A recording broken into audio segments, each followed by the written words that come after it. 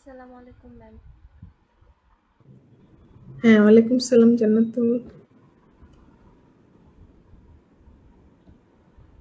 Okay, we got 10 of you. Let me share the screen.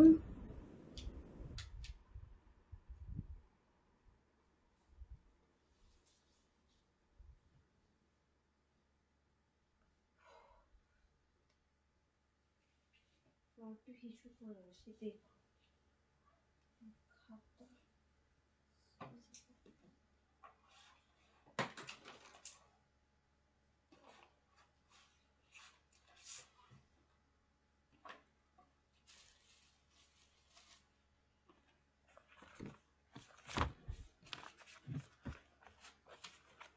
আমাকে তো আরো টাকা দেবা। কি দিব? কত ওখানে? তোমার তো 2040 টাকা খরচ হয়েছে। তোমাকে আমি সবসময় বলছি তুমি ক্যালকুলেটর ব্যবহার করবা। আমার ব্যাগ থেকে তো আমি কোনো টাকা ইয়া করিনি।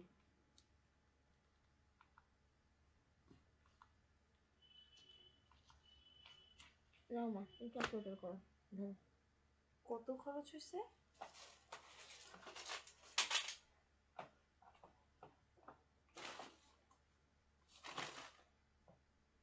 তুমি 8,000 টাকায় তুলে আমাকে 5,000 টাকা দাও।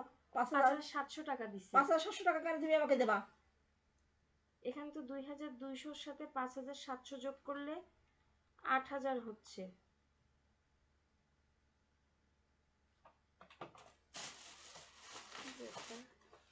টাকা হারাই ফেলছি আমি।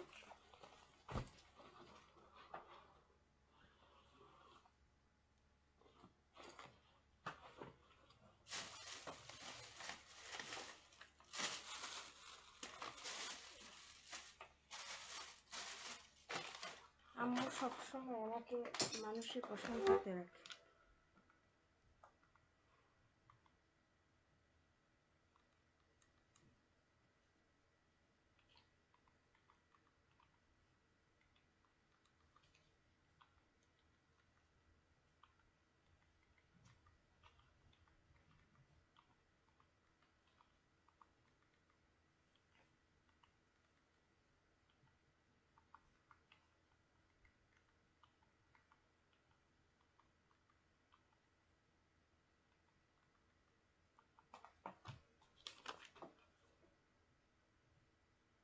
আর 20 টাকা হবে।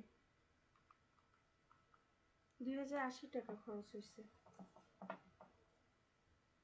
আচ্ছা, ঘটনা কি?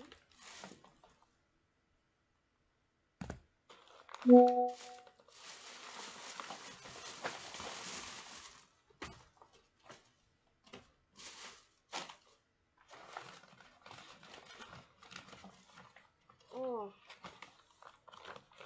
ডালিম। ডালিম লিখছো? না, ডালিম লেখো। 130 টাকা।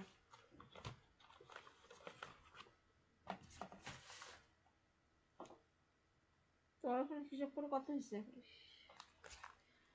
2,080। 2,080 আর 130।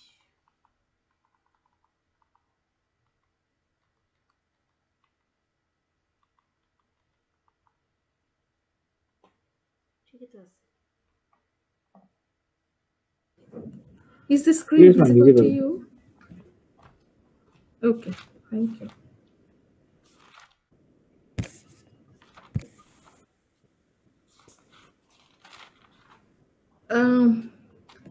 This is an article actually based on the same thing we have in our text of Hutchinson and Watts.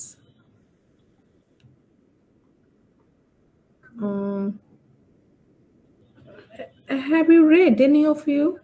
আর্টিকেলটা কি কারো সুযোগ হয়েছিল একটু দেখার? জি ম্যাম, এটাতে বেসিক্যালি নিডস, ল্যাক্স এবং ওয়ান্ট নিয়ে কাজ করা হয়েছে স্টুডেন্টসের, মেডিকেল স্টুডেন্টসের স্পেশালি। রাইট। প্রথমত ম্যাম, উড বি ডক্টরস যারা মেডিকেল প্রফেশনে যাবে তারা কিভাবে কমিউনিকেট করবে সেই ব্যাপারটা, আর প্লাস হচ্ছে আমাদের গতানুগতিক যেই সিলেবাসটা আছে, যেখানে আমরা গ্রামাটিক্যাল অ্যাসপেক্টস বা সিনট্যাকটিক্যাল ব্যাপারগুলোতে একটু জোর দেই। Right. সেগুলোর বিয়ন্ডে কি প্রয়োজন সেগুলো নিয়ে দেখছিলেন আর কি। Exactly. Thank you. Thank you very much. This is actually a way, this will be common for all the tertiary level of education and the professionals. Tertiary level of academic English teaching and teaching English to the professionals. That means EAP, English for academic purposes, and English for professional purposes, or EOP, English for occupational purposes. For both, আমরা ব্রাঞ্চটা যদি recall করি, ESP ELT 3 ওখানে আছে ESP দুটো শাখা, one goes for EAP and another for EOP in the same branch, right? Same stem. দেখাতে হবে না মনে আছে? মনে আছে ম্যাম। মনে আছে, fine. In that case, in text of Hutchinson and Waters, you will get needs analysis. Actually, needs analysis is the process which made significant difference between EGP and ESP. EGP means English for general purposes. English for general purposes হচ্ছে যে আমরা primary স্কুলে যে English টেক্সটটা ছিল আমাদের first paper second paper মিলে text book বোর্ডের যে বইটা, that was made for everyone, right? ওখানে সায়েন্স, আর্টস, কমার্স সবাই একসাথেই পড়তো, ইংলিশটা জেনারেল ছিল। এরপরেও যখন আমরা নিজেরা নিজেদেরকে ভাগ করে ফেলেছি, but well, sometimes we had equal opportunity or to choose random areas, right? আমরা আর্টস থেকে পড়েও অনেক কমন প্রফেশন, যেমন ইংলিশে এসছো তোমরা, সায়েন্সের আছো, আর্টসে আছো, কমার্সে আছো, তো এটুকু প্রসপেক্ট বিবেচনা করে আমরা যেটা করি যে ইন জেনারেলি রাখা যায়, এবং আমাদের তো কথাই আছে যে up to intermediate level it's common, right? Yes, it's general, কারণ তোমরা তখন পর্যন্ত কিন্তু জেনারেলি করো। তো আমরা তো আর্টসে পড়ে আর হয়তো ইঞ্জিনিয়ার বা ডক্টর হচ্ছে না, কিন্তু yet there are so many options open for all common, right? Commonly there are so many options. তো আমি যেটা বলছি যে ESP বলছে যে once you are studying at tertiary level it matters. তুমি টারশিয়ারি লেভেলের প্যাটার্নটা যদি অ্যানালাইজ করো, তুমি দেখবে যে এটা পুরোপুরি একটা জনরা বেস স্টাডি, হ্যাঁ, একটা এরিয়া বেস। তোমার সাবজেক্টটা এখানে একটা বেশি ভ্যালু অ্যাড করে। মানে আমি প্রথম ক্লাসেই বলেছিলাম যে ইউনিভার্সিটিতে তোমাদের ব্যক্তি নামের চেয়ে অনেক সময় বিভাগের আইডেন্টিটি অনেক সময় বড় হয়ে দাঁড়ায়, তাই না? ইয়েস, পরিচয়, তোমাদের পরিচয়ের প্রথমে পৃথিবীর সবারই নাম আসে, কিন্তু আমার মনে হয় যে টারশিয়ারি লেভেলের স্টুডেন্টদের নামের আগে সাবজেক্ট আসে, মানে একটা দুর্দান্ত একটা প্যাশন কাজ করে, তাই না? একটা এফিনিটি। ধরো যখন শুনো যে ইংলিশে ভর্তি হয়েছে কেউ, তখন কেমন ফিল করো? সর্ট অফ এফিনিটি, তাই না? মনে হয় যে সামওয়ান ফ্রম মাই ফ্যামিলি, তাই না? এরকম মনে হয়।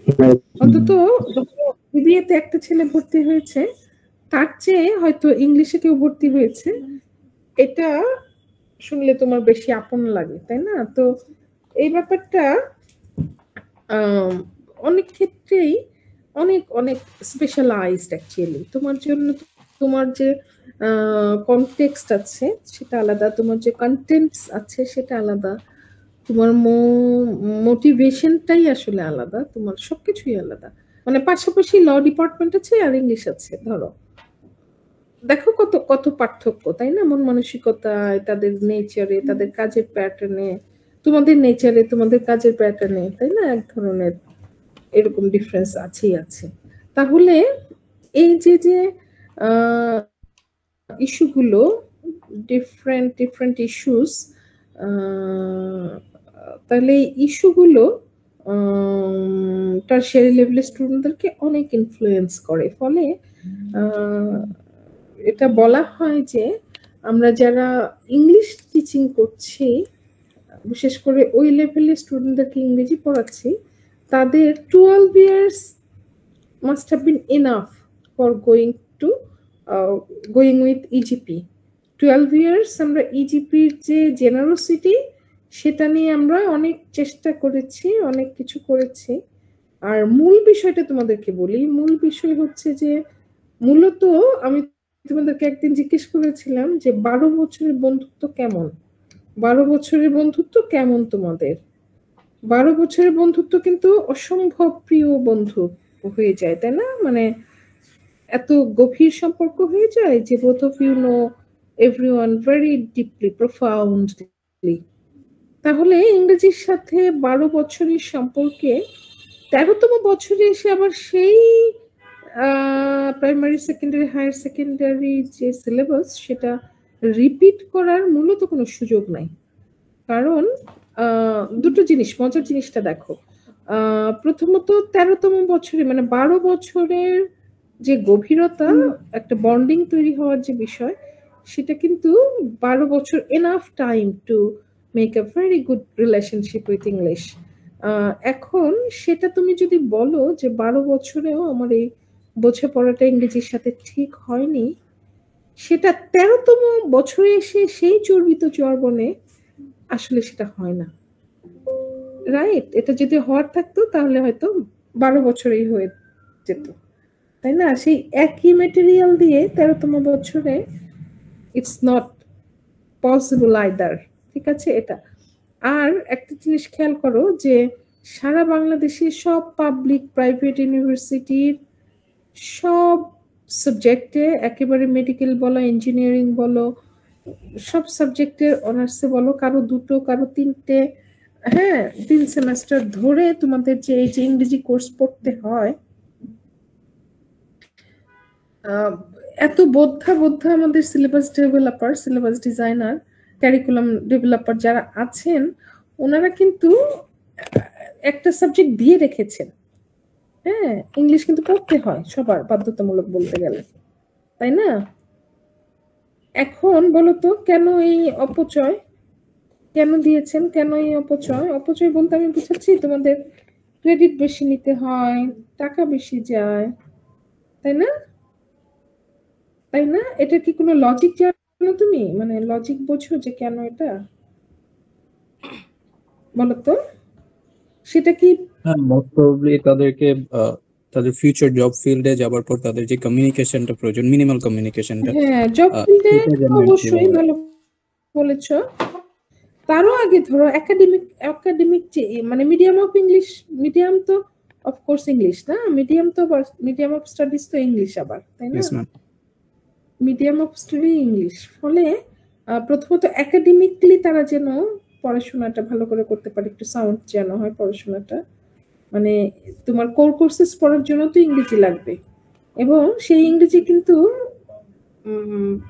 ইন্টারমিডিয়েটের ইংরেজির মতো নয়, তাই না? সেটা একটা নতুন জনরা, নতুন করে আলাদা করে, বা একাধিক জনরা একই রকম। হ্যাঁ, ধরো ইংলিশ পড়ছো মানে ইংলিশ হিস্ট্রি পড়ছো, ফিলসফি পড়ছো, লিটারেচার তো অফকোর্স, ল্যাঙ্গুয়েজ পড়ছো যেন লিটারেচার পড়তে পারো, আবার লিঙ্গুইস্টিক্স পড়ছো যেন ভাষাকে আরো হৃদয়ঙ্গম করতে পারো। হ্যাঁ, তো এই যে যা যা পড়ছো, এই পড়াটাকেই যেন তুমি সিগনিফিকেন্টলি করতে পারো।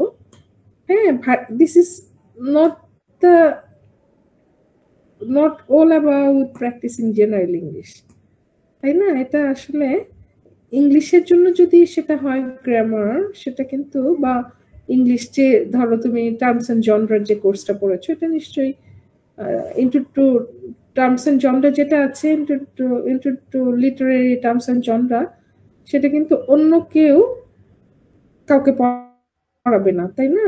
আবার বিজনেস ইংলিশে যে বিষয় আছে সেটা কিন্তু তোমার জেনে দরকার নাই, তোমার অনেক ক্ষেত্রে তোমার প্রোগ্রামিং এর ল্যাঙ্গুয়েজ হয়তো তোমার জানা দরকার নাই, ঠিক না? তোমার জন্য প্রয়োজনই নাই। তাহলে এটা জনরা স্পেসিফিক, একেবারে ডোমেইন স্পেসিফিক বলতে পারি আমরা। হ্যাঁ, কাজেই টারশিয়ারি লেভেলে যদি তোমার কোনো ইংরেজি প্রয়োজন হয়, সেটা তোমাকে ডোমেইন স্পেসিফিক ইংলিশই পড়তে হবে। আমার কথাটা বুঝতে পেরেছো? জি ম্যাম। সেক্ষেত্রে আগের যে জেনারেল ইংলিশ ল্যাঙ্গুয়েজ সেটা যথেষ্ট নয়, মানে এটা এত পরিষ্কার একটা যুক্তি, দুটো যুক্তি, মানে তোমার 12 বছর পর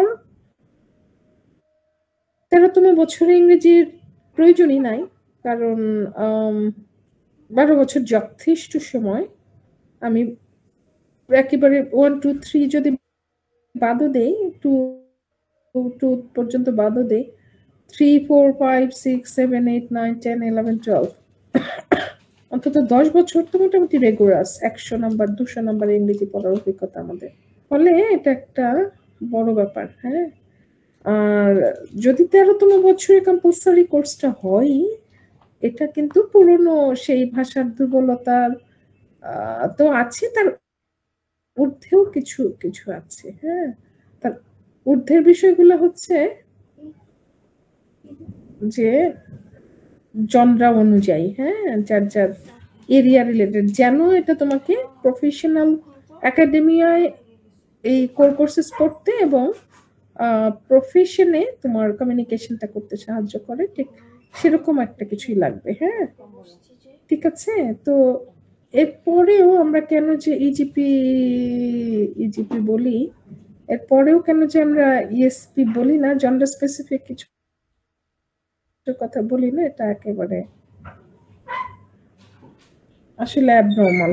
যাই হোক, এখন ইজিপির সাথে ইএসপি কেমন করে আলাদা, এটার এক নম্বর রিজনটা, অনেকগুলো রিজন আছে কেমন করে আলাদা, যেমন সিলেবাসটা আলাদা হয়, পড়ার প্যাটার্নও আলাদা, মেটেরিয়ালস অফ কোর্স আলাদা, এটাও বাজারে পাওয়া যায় না। হ্যাঁ, ইভালুয়েশন আলাদা, সবকিছুই আলাদা। যে ফেজগুলো আছে, মূলত 6টা ফেজে আমরা এই কাজগুলো করি, টিচিং এর পুরো কাজগুলো 6টা ফেজে হয়। যদি কারো ইচ্ছে করে একটু মার্ক করে রাখতে পারো, কারণ এই কথাগুলো ঘুরে ফিরেই আসবে।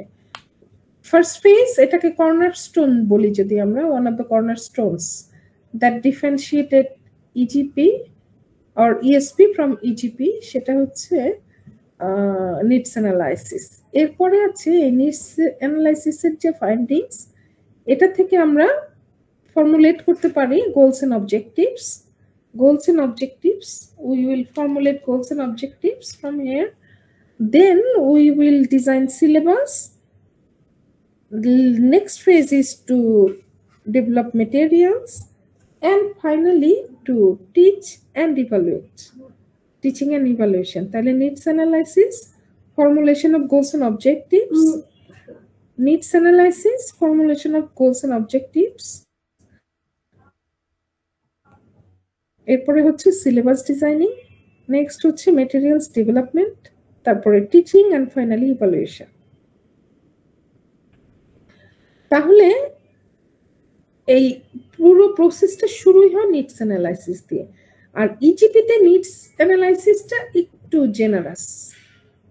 জেনারাস। ধরো একটা ছোট গ্রুপে, একটা 50 জনের গ্রুপে নিডস অ্যানালাইসিস করলে তোমাদের প্রয়োজনে কার কোথায় ঘাটতি আছে, কি আছে না আছে, কার কোথায় স্ট্রেংথ, হ্যাঁ, ইত্যাদি আমাদের পক্ষে কিন্তু মোটামুটি একটা আইডিয়া পাওয়া খুব অসম্ভব না যদি ফোকাসে থাকে 50 জন স্টুডেন্ট। কিন্তু যদি একইভাবে একই ফোকাসে যদি একেবারে অন্তত 30 লক্ষ ছেলে মেয়ে থাকে বা 70 লক্ষ ছেলে মেয়ে থাকে, তাহলে আমার পক্ষে কিন্তু সেভাবে এভারেজ করা খুব কঠিন, ডিফিকাল্ট। কারণ এখানে যে ছেলেটা ধরো সারা বাংলাদেশের টপার, সেও আছে, আবার যে কিন্তু ডিসেবলড হতে পারে, যে কোনোভাবে হয়তো প্রাইমারি পাস করলো না বা তারপরেই ঝরে গেল, প্রাইমারি পর্যন্ত কিন্তু সেও আছে। তাহলে দুজনের মেধা, মনোযোগ, দুজনের ফ্যাসিনেশন পড়ার প্রতি এবং এগুলো ধরে রাখার প্রতি কিছুই কিন্তু এক নয়। একটা ওয়াইড একটা রেঞ্জে আমরা কাজ করছি, যেখানে ইএসপিতে আমরা কিন্তু ইন্ডিভিজুয়াল, মানে 1-to-1 নিডসটা অ্যানালাইসিস করার সুযোগ পাচ্ছি আমরা। হ্যাঁ, ঠিক আছে। তাহলে needs analysis is the first and foremost cornerstone বলবো in ESP that differentiated EGP from ESP or ESP from EGP. ইএসপিটাকে ইজিপি থেকে এইভাবে একটু আলাদা করে, ঠিক আছে? ইএসপিটাকে ইজিপি থেকে আলাদা করে যে আয়োজন, তার মধ্যে প্রথমটাই হচ্ছে নিডস অ্যানালাইসিস। এবার নিডস অ্যানালাইসিসটা কি?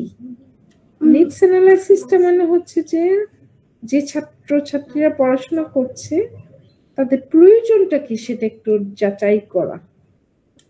Why are the students studying English language? ইংরেজি ভাষা কেন ছাত্রছাত্রীরা শিখছে, কেন ছাত্রছাত্রীরা ইংরেজি ভাষাটা শিখছে, এটাই। হ্যাঁ, তাহলে এটা একটা রেগুলারাস প্রসেস। আমি বলেছি যে এটা একটা ডিস্টিংগুইশড একটা সিস্টেম, যে সিস্টেমটা ইজিপি থেকে ইএসপি কে আলাদা করেছে, কাজে এটা মোর ইন্টেন্সিভ, ইন্টেন্সিভ একটা প্রসেস। তো আমি স্টোরির মতো করে একটু বলি, আমার মনে হয় মনে থাকবে তোমাদের। নিডসটা মূলত দুই ভাগে ভাগ করা হচ্ছে। প্রথমত টার্গেট নিডস, তারপরে লার্নিং নিডস। নিডস অ্যানালাইসিসটাকে আমরা প্রথমে দুই ভাগ করে ফেলছি। প্রথমটা হচ্ছে টার্গেট নিডস। টার্গেট নিডস মানে আমার কেন প্রয়োজন, মানে আনুষঙ্গিক যে মোটামুটি বাহ্যিক বিষয়গুলো মানে ফিক্স করা, ডেস্টিনেশন ফিক্স করা। হ্যাঁ, মানে একটা জার্নির সাথে যদি তুলনা করি, তুমি ধানমন্ডি ক্যাম্পাসে যাবা, ধরো তুমি আমাদের ডিএসসি থেকে ধানমন্ডি ক্যাম্পাসে যাবা, তাহলে Dhanmondi campus is your destination for today. তুমি যাচ্ছ ডিএসসি থেকে, তার মানে এটা আজকের দিনের মধ্যে তুমি ধানমন্ডি যাবা, এটা তোমার টার্গেট। তার মানে you have a starting point, you have a destination. তাহলে স্টুডেন্টদের সাথে আমার স্টার্টিং পয়েন্টটা কি, আমি যাদেরকে শেখাবো what is there current status. বর্তমানে ল্যাঙ্গুয়েজ প্রফিসিয়েন্সি তো জাজ করা, তার মানে বর্তমানে তাদের চারটা স্কিল নিয়ে, ইংরেজি ভাষার চারটা স্কিল নিয়ে তাদের বর্তমান অবস্থা কি। মানে আমি যখন থেকে স্টার্ট করছি তখন তারা কোন ফেজে আছে, কোন স্টেজে আছে, এটা টেস্ট করা মানেই হচ্ছে স্টার্টিং, তাই না? কোন লেভেলে আছে। আমি তো ছাত্রছাত্রীদেরকে, ধরো তুমি তোমার ছাত্রছাত্রীদেরকে চিনবা কেমন করে? নাম ধাম ঠিকানা দিয়ে চিনবা বটে, কিন্তু তার আসল আইডেন্টিটি হচ্ছে তার পড়াশোনার গভীরতা, সে কেমন করে পড়ে, কিভাবে বুঝে, কিভাবে রেসপন্ড করে, এবং ফাইনালি সে কেমন পারফর্ম করে, তাই তো? এটা হচ্ছে তোমার কাছে টিচার হিসেবে একজন স্টুডেন্টের মোটামুটি অ্যাসেসমেন্টের যে একটা ধারাবাহিকতা। তাহলে আমরা প্রথমেই বেছে নিচ্ছি টারশিয়ারি লেভেল অফ স্টুডেন্টরা যারা আছে তাদের জন্য আমরা তাদের নিডস অ্যানালাইসিস করব। তাহলে আমি প্রথমে যেটা ফিক্স করব সেটা হলো I am yet to start the class. এখনো প্রশ্নই আসে না শুরু করার, এখনই কোনো সুযোগই হয় নাই। আমি শুরু করব হয়তো আগামী 10 দিন পরে, হয়তো নভেম্বরের 1 তারিখ আমি হয়তো ক্লাস শুরু করব আমার ফল সেমেস্টারে। এখন তোমরা একটা গ্রুপ আছো যাদেরকে আমি ইংরেজি শিখাতে যাচ্ছি নভেম্বরের 1 তারিখ থেকে। I will seek your presence once or one day. আমি একজন ইএসপি টিচার, আমি একজন ইএলটি টিচার বা ইজিপি টিচার। আমি কি করব, আমার ক্যালেন্ডারে রুটিন আছে, আমার রুটিন দেয়া আছে, আমাকে বিভাগ থেকে রুটিন কোর্সটা অ্যাসাইন করা আছে। আমি কোর্সটা যতটুকু জানি সেটার বেসিসে একটু দেখবো, পড়াশোনা করবো, করে আমি সুন্দর করে ক্লাসে চলে যাব অন দ্য ভেরি ডে যেদিন ক্লাসের স্টার্টিং পয়েন্ট, এবং আমি গিয়ে তোমাদেরকে পড়াতে শুরু করব। কারণ the book is ready and everything I will come to know while I'll be at class. মানে আমি ক্লাসে গিয়েই তারপরে আমার লার্নার কারা, তারা কি করছে, কেমন করে পড়ছে ইত্যাদি যা জানার আমি গিয়ে আস্তে আস্তে এক্সপ্লোর করব। এটা হচ্ছে এই যে আমি যে তোমাদেরকে এসপি পড়াচ্ছি, এখানেও আমি জিপি টিচারই আসলে। আমি কি করেছি, আমি সিলেবাস নিয়েছি, আমি রুটিন পেয়েছি, আমি জানি যে এই বইটা সিলেবাসে আছে, আমি এটা পড়েই তোমাদেরকে পড়াতে এসেছি। কিন্তু ইএসপিতে যেটা হয়, ইএসপিতে হচ্ছে তুমি, আমি বললাম প্রায় মাসখানেক আগে, ঠিক আছে, মানে আমি প্রায় মাসখানেক আগে বা 15 দিন আগে অন্তত মিট করব my student of this very programme. ঠিক আছে, আমি স্টুডেন্টদের সাথে দেখা করব, করে আমি কি করব, আমি তাদের বর্তমান অবস্থাটা জানতে চাইবো। তারা ইন্টারমিডিয়েট পাস করে এসছে, তাদের বই, তাদের রেজাল্ট এরকম, হ্যাঁ, তাদের লেখা এরকম ইত্যাদি তো আছেই, ইত্যাদি তো ধরো ম্যানুয়ালি আমি করতেই পারবো, কিন্তু আমাকে যেটা করতে হবে, I need to know your authentic level of study. ইংরেজি পড়েছো তো কতদূর জানো, কতটুকু জানো এবং কতটুকু পারফর্ম করতে পারো, এই লেভেলটা তোমাদের অবশ্যই জানতে হবে, হ্যাঁ, এটা এক্সপোজ করতে হবে। তাহলে what do you know about English, সেটা খুব জরুরি জানা, কতটুকু জানো তুমি সেটা, বা আমরা যেভাবে যাচ্ছি আসলে। তো আমরা যেটা করতে পারি, আমরা যেহেতু 4টে স্কিলই আছে, আমরা 4টে স্কিলের জন্য, এবং আমি আজকে স্টুডেন্টদের সাথে বসবো, এটা আগেই বলা ছিল কোনো টিচারের মাধ্যমে, ফলে আমি দুটো কাজ করব। আমি লিসনিং, স্পিকিং, রিডিং, রাইটিং এরকম যখন কাজ করছি, আমি 4টে স্কিলকে 2 ভাগে ভাগ করে নিব। 4টে স্কিলকে 2 ভাগে ভাগ করে নিব, সেটা হলো listening, speaking, reading, writing. Listening, speaking, reading, writing. এখন এই ভাগ দুটোকে যদি আমি আরেকটু আলাদা করে দেই, যেমন লিসনিং, স্পিকিং মিউচুয়ালি কানেক্টেড, এই দুটো অ্যালাইন করে, তাই না, ইনপুট আউটপুট সম্পর্ক। আবার reading, writing, the more you read, the more fluent you can write, তাই না? তাহলে রিডিং, রাইটিং এই দুটোকে যদি আলাদা করি, লিসনিং, স্পিকিং আলাদা করি, তাহলে এই 4টে স্কিলে আমার স্টুডেন্টদের বর্তমান স্ট্যাটাস কি, বর্তমানে তারা কোন স্টেজে আছে। হ্যাঁ, তাহলে তুমি যদি বলো যে আমি এত বড় মোরগ দিয়ে ভাত খেয়েছি আজকে, একটা হাত উপরে দিলা সাইজ দেখাতে গিয়ে, কিন্তু নিচে কোনো সাইজ দেখালা না, তাহলে উপরে যে সাইজটা তুমি দেখালা, হাতটা দিলা, সেটা কি মাটি থেকে অত বড় মোরগ, নাকি টেবিল থেকে এত বড় মোরগ, নাকি তোমার নিচের হাতের সাথে উপরের হাতের তুলনা যতটুকু অতটুকু মোরগ? একটা লিমিট তো তোমাকে দেখাতে হবে, তাই না? মোরগ তো অসীম না, অসীম পরিমাণ বড় তো না, তাই না, সসীম বড়ই, সেটা ছোট হতে পারে, একটু বড় হতে পারে। তাহলে এই মোরগটা কত বড় ছিল আমি তোমাকে হাত দিয়ে দেখাতে পারি, যে দেখো এত বড় মোরগ ছিল। তাহলে এই যে বললাম, এই যে দেখালাম, তার মানে 4টে স্কিলে আমার স্টুডেন্টদের কোথায় নিয়ে যাব সেটা ডেস্টিনেশন।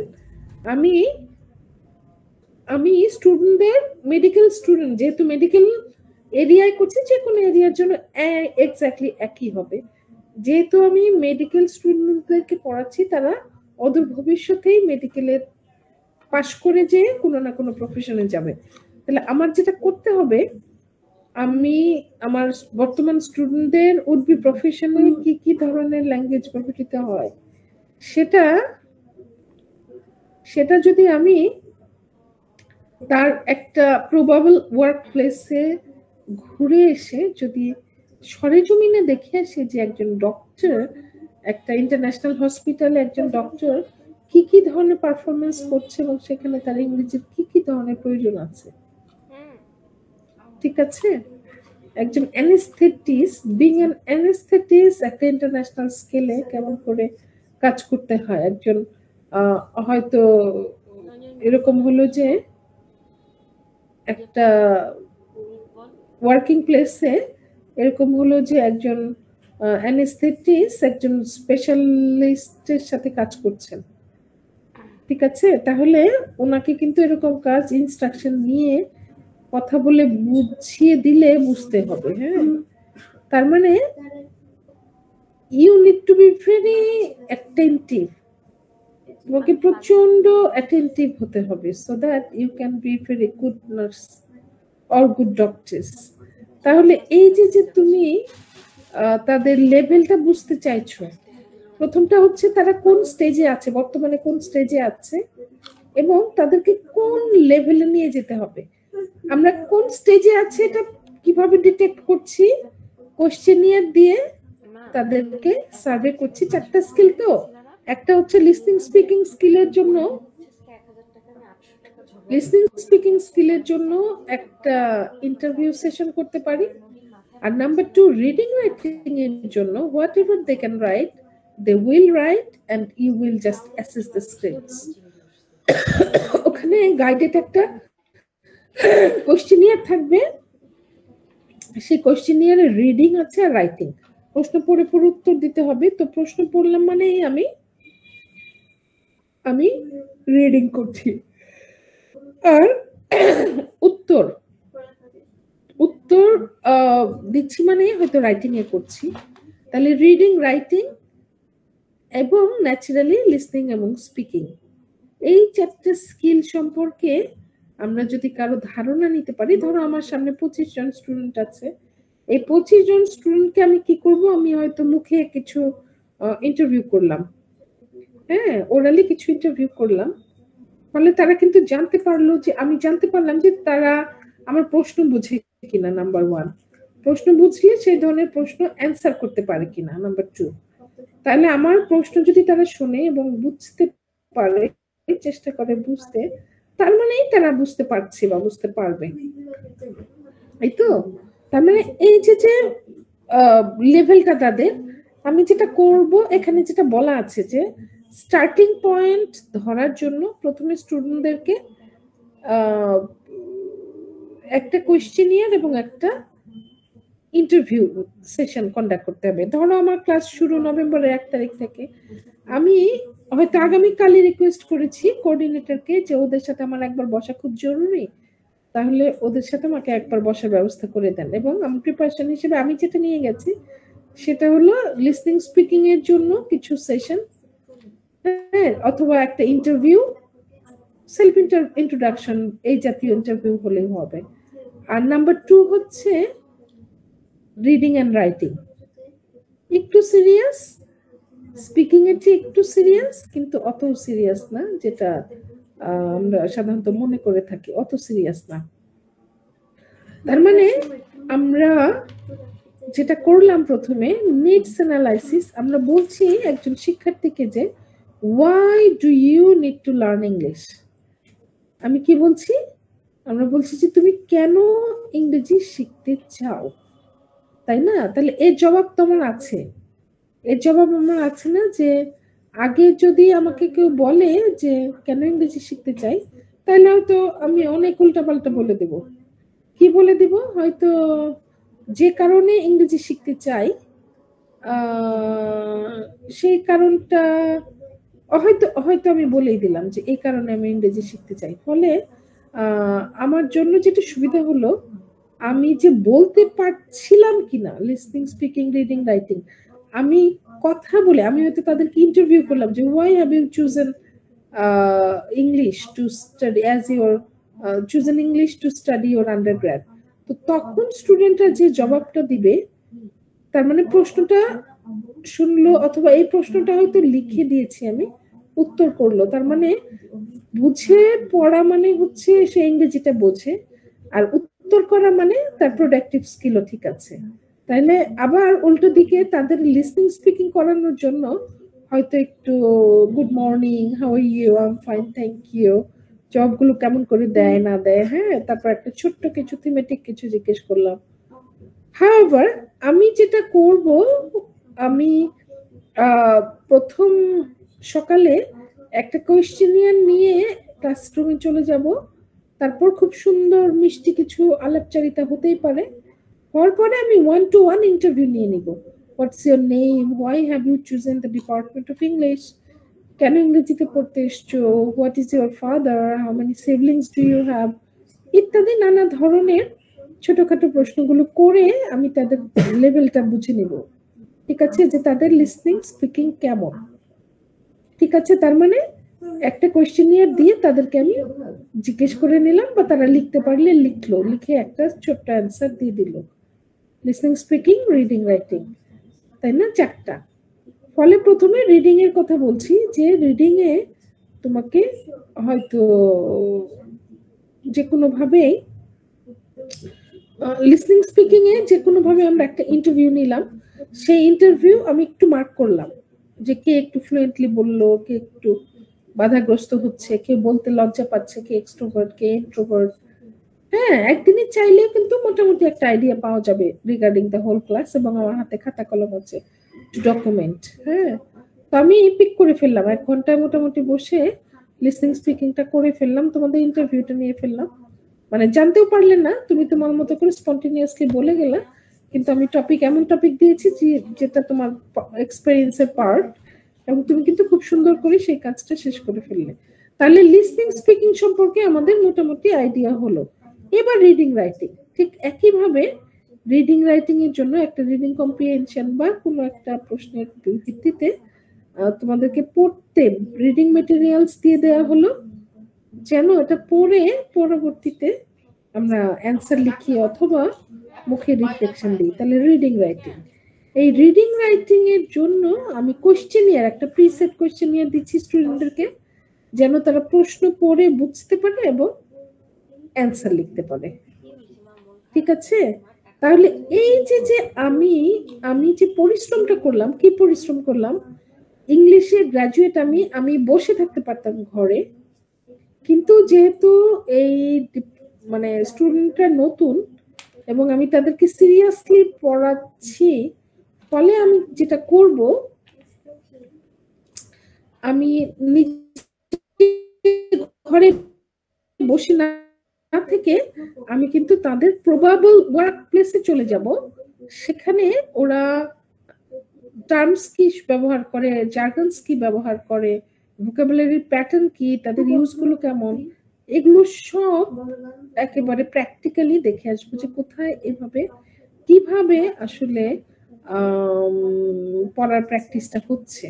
তাহলে আমি একবার যদি বুঝে গিয়ে দেখে আসি যে টারশিয়ারি লেভেলের ইংলিশ পড়ানোটা কেমন হচ্ছে, বা তাদের ইংরেজির ব্যবহারটা কেমন, এটা দেখে আসলে আমি আমার টার্গেটটা বুঝে যাব, যে এই ছাত্রটি পাশ করে আরো বড় হয়ে সর্বোচ্চ এই ছেলেটির কাছাকাছি একজন হবে, বা বেশি বড় একজন হবে, যিনি কি করবে পরবর্তী অন্যদেরও লেখাপড়ার মানে ওইভাবে ইংরেজি পড়ার সুযোগ তৈরি করছে। তাহলে আমি বসে না থেকে আমি ফিল্ডে চলে যাব,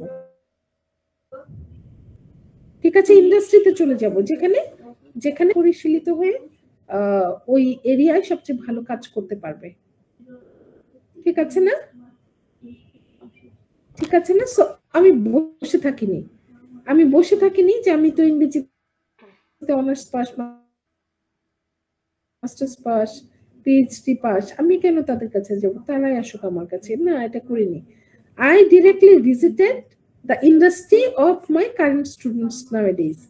আজকাল যে ছাত্ররা আমার কাছে পড়বে তাদের ইন্ডাস্ট্রিতে যে তাদের, এটাই তো তাদের সর্বোচ্চ অর্জন, তাই না? আজকে ছাত্র কালকে প্রফেশনাল হবে, এবং প্রফেশনাল হয়ে যেন সে ফিল করে না যে আমাকে তো এটা শেখানো হয় না, বা আমি তো এটা পারি না, সেটা বড় ধরনের একটা পরাজয় হয় আসলে টিচারেরও। কাজেই আমরা যেটা করি, ইএসপি থেকে যেটা করতে বলা হয়, যে you will verify the needs, both sort of needs, একটা হচ্ছে টার্গেট নিডস, একটা হচ্ছে লার্নিং নিডস। টার্গেট নিডসটা হচ্ছে যে মানুষ কোন সিচুয়েশনে কোথায় গিয়ে কি ইংরেজি বললে তার ইংরেজিটা সুন্দর হবে, আর লার্নিং নিডস হচ্ছে কি পড়লে আমরা জানি যে ফ্লুয়েন্ট হতে হবে। এখন কি পড়লে ফ্লুয়েন্সিটা বাড়ে, সেটা তোমার টিচার যেমন করে ইনস্ট্রাক্ট করেছে তোমাকে, সেই জিনিসটা তুমি পড়বে এবং চেষ্টা করবে কমিউনিকেট করতে, কারণ language proficiency is know how to, কিভাবে কিভাবে করতে হয় সেটা জানতে হবে আমাদেরকে, প্র্যাকটিক্যালি জানতে হবে, তাই না? তাহলে এই যে নো হাউ টু, এটা দিয়েই আমরা নেক্সট কাজটা করব। তার মানে আমরা দুটো কাজ করেছি, একটা হলো একটা ইন্টারভিউ নিয়েছি, যাদের ক্লাস শুরু হবে 1 নভেম্বর থেকে, একদিন তাদেরকে জমিয়ে গ্যাদারিং করে এখানে গিয়েই আমি একটা প্রিসেট কোশ্চেনিয়ার দিয়ে কিছু কিছু প্রশ্ন যেটা উত্তর তারা জানে, মানে হাতড়ে পাত্রে নিতে হবে না, এরকম কিছু প্রশ্ন আমি সেট করেছি। কাজেই তারা এই প্রশ্নগুলো শোনার সাথে সাথে অ্যান্সার করে দিচ্ছে। ফলে এই প্রশ্নের অ্যানালাইসিস থেকে আমি বুঝবো যে তাদের কোথায় ইংলিশের সমস্যা, ফ্লুয়েন্সিতে সমস্যা না অ্যাকিউরেসিতে সমস্যা, না কোথায় কোথায় আসলে সমস্যা। ঠিক আছে, ঠিক আছে। আর আর যখন আমি তাদের সাথে কথা বলছি, ইন্টারভিউ করছি, লিসনিং, স্পিকিং, রিডিং, রাইটিং, তার মানে আমি হয়তো তাদেরকে জিজ্ঞেস করছি যে তুমি where have you come from, why from there, is it not a long distance study environment for you? তখন হয়তো সে তার মতো করেই বলছে। হ্যাঁ, তো এই যে যে তাকে আমার প্রশ্ন করার ধাঁচ বা এটা এটা এটাও আবার তুমি যখন উত্তরগুলো কালেক্ট করলে তখন কিন্তু তুমি দেখবা যে একটা দুটো বাক্যে আমি কতগুলো ভুল করেছি। ঠিক আছে, তখন কিন্তু তুমি সেগুলো নিয়ে আবার নিজেকে একটু রেকটিফাই করার সুযোগ পেতে পারো। তাহলে লিসনিং, স্পিকিং, রিডিং, রাইটিং 4টা স্কিলই ডিটেক্ট করতে হবে অ্যামং মাই কারেন্ট স্টুডেন্ট। আমি যাদেরকে পড়াচ্ছি তাদের লিসনিং স্কিল কেমন, রিডিং স্কিল কেমন, রাইটিং স্কিল কেমন, হ্যাঁ, স্পিকিং স্কিল কেমন, এই ব্যাপারগুলো আমাকে খুব ভালো করে জানতে হবে, তাই তো? তাহলে এই এই যে রেগুলাস একটা প্রসেস, এই রেগুলাস প্রসেসের মাধ্যমে আমরা তাদের নিডসটা কি জানবো, সরি, নিডস জানার আগে তাদের স্ট্যাটাস, কারেন্ট স্ট্যাটাস কি। একজন হয়তো লিসনিং, স্পিকিং এ খুব ভালো, খুব দেখা গেল যে রিডিংটা একটু অ্যাগ্রামেটিক হয়ে যায়, একটু ভুল হয়ে যায়, সেটা একটা মুশকিল। আবার কখনো কোনো ব্যাচের হয়তো লিসনিং, স্পিকিং মোটামুটি রেডি আছে, এত দরকারও নাই। হ্যাঁ, রিডিং, রাইটিং শিখলেও তার মনে হচ্ছে সে এনাফ হবে। However, this is the assessment actually, যে একটা ইনস্ট্রাক্টরেরও একটা প্রেডিকশন থাকে, তাই না? স্টুডেন্টের তো এক্সপেকটেশন থাকে। ফলে আমরা কি করেছি, প্রথমে নিডস অ্যানালাইসিসে টার্গেট নিডস ফিক্স করেছি, সেখানে টার্গেট নিডস কে আমি আলাদা করে 3টা সাব ডিভিশন করেছি টার্গেট নিডস কে। নাম্বার 1 নেসেসিটিস,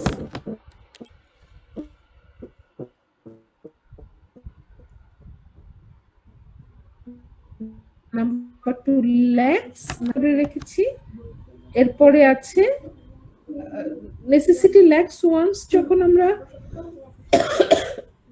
মোটামুটি স্কেচ করে ফেলবো, তাহলে নেসেসিটিটা আমি কি করলাম, আমি আরেকবার ফ্রেশ করে বলি। নেসেসিটিটা ডিটেক্ট করার জন্য আমি আমার স্টুডেন্টের ওয়ার্ক প্লেসে গিয়ে, মানে আমার স্টুডেন্টের বর্তমান ওয়ার্ক প্লেস তো তার একাডেমিয়া, কিন্তু তাদের একটা তোমরা ইংলিশ পড়ছো, কেউ মাস্টার্স পড়ছো, কেউ জব করছো, হ্যাঁ, তাহলে তোমাদের সবচেয়ে ভালো যারা এবং একটা কমন এরকম একটা লার্নার তার প্রফেশনাল এরিয়ায় গিয়ে কেমন করে ইংরেজি ভাষাটা ব্যবহার করছে, সেটা আমি I will travel up to their industry, up to their work place. কেন করব? তোমাদের যেন আমি পড়াতে পারি, হ্যাঁ, তোমাদের পড়ানোটা যেন পারফেক্ট হয়। এই জন্য আমি নিজের প্রফিসিয়েন্সির উপর ভরসা না করে আমি কিন্তু I will travel there to observe. কি কি অবজার্ভ করবো বলতো? Register, discourse, their target needs, তাই না? ডেভেলপমেন্ট পড়েছিলাম যে আমরা, এই নন ভার্বাল এক্সপ্রেশন কেমন ইত্যাদি সবকিছুই আমরা অবজার্ভ করব। তাহলে এটা দেখে এনে আমি আমার ধারণাটা একটু শার্প করলাম, এরপরে আমি চলে যাব তোমাদের সাথে লার্নারদের সাথে মিট করতে। লার্নারদেরকে আমি দুই ভাবে মিট করব, একটা হচ্ছে লিসনিং স্পিকিং এর জন্য একটা ইন্টারভিউ কন্ডাক্ট করব, আর রিডিং রাইটিং এর জন্য একটা প্রিসেট কোশ্চেনিয়ার নিয়ে যাব। খুব সহজ সহজ প্রশ্নের কিছু কোশ্চেনিয়ার, 12-14টা প্রশ্ন সহ, কোয়ালিটেটিভ কোয়ান্টিটেটিভ যেরকম চাও, একটা কোশ্চেনিয়ার। তো এই কোশ্চেনিয়ার নিয়ে যখন আমি যাব, আমি দুটো কাজই করব। একটা হচ্ছে ইন্টারভিউ নিব, মানে ধরো সেলফ ইন্ট্রোডাকশন, কিছু খুব পরিচিত প্রশ্ন আমি ইংরেজিতে করলাম, সেই প্রশ্নটা বুঝে আমাকে আমার লার্নার তার ফ্লুয়েন্সি এবং অ্যাকিউরেসি দিয়ে সে আমাকে রিসিপ্রোকেট করলো, অ্যান্সার দিল। ফলে আমি তাদের লিসনিং এবং তাদের স্পিকিং সম্পর্কে ধারণা পেলাম ডকুমেন্টেড ওয়েতে। মানে ইন্টারভিউ নিচ্ছি মানে আমি নোট নিলাম, এটা একটা। নাম্বার 2 হচ্ছে ওই যে আমি একটা কোশ্চেনিয়ার, প্রিসেট একটা কোশ্চেনিয়ার নিয়ে গিয়েছিলাম, সেই কোশ্চেনিয়ারে 10-12টা প্রশ্ন আছে, সেই প্রশ্নগুলো তারা রিড করছে, অর্থটা বের করছে এবং সেটার অ্যান্সার করছে, রাইটিং, রিডিং অ্যান্ড রাইটিং। তাহলে সুবিধা হয় তাদেরকে যদি আমরা একই ধরনের ইজিয়ার মেটেরিয়াল দিয়ে, তাদের ফ্লুয়েন্সি আছে, অভিজ্ঞতা আছে, এরকম কিছু কিছু লিখতে দেই, তাহলে তাদের লেখা যে ডকুমেন্ট আমার কাছে থাকলো, অথবা সেখানে ফ্লুয়েন্সির অভাব আছে অথবা অ্যাকিউরেসির অভাব আছে, হ্যাঁ, এটা আমি জানার চেষ্টা করতে পারি। ঠিক আছে, ঠিক আছে। তো ফ্লুয়েন্সি অ্যাকিউরেসি দেখে তাদের ল্যাকিং গুলো আমি বের করতে পারি। যে কারো কারো হয়তো মানে আবার ট্রায়াঙ্গুলেশনও করা সম্ভব। ট্রায়াঙ্গুলেশনটা বলি, সেটা হলো ধরো আমি যখন কোশ্চেনিয়ারে দিয়েছি যে why do you want to be a doctor, তখন হয়তো স্টুডেন্টরা ম্যাক্সিমামই একটু আলোচনা করে লিখতে গিয়ে সবাই লিখেছে to serve the humanity, to serve the poor, হ্যাঁ, এরকম লিখেছে। তো একই ধরনের অ্যান্সার ম্যাক্সিমাম ক্ষেত্রে। তো এরপরে আমি যখন তাদেরকে বাংলায় একটু ইন্টারভিউ করলাম, তখন দেখা গেল যে আগে আগে 20-22 জন তাদের অ্যান্সার খুব সুন্দর করে লিখেছিল, কিন্তু বাকি ম্যাক্সিমাম প্রায় 70-80% লিখেছে to serve the poor, to serve the humanity. তো যখন ইন্টারভিউ নিলাম আমি মুখে বাংলায়, তখন তারা খুব সুন্দর করে নানা ধরনের কথা বলল। যেমন কেউ বলল যে আমার বাবাও ডক্টর, আমি আমার বাবাকে দেখেছি যে কেমন করে উনি রোগীদের সেবা করেন এবং কেমন করে তাদের দোয়া পান, তো আমি আমার বাবার মতো একজন ডাক্তার হতে চাই। কেউ বলছে যে my heart bleeds when I see people suffering from diseases, so when I will grow up I will be a very good doctor and to serve them. কেউ কেউ বলছে যে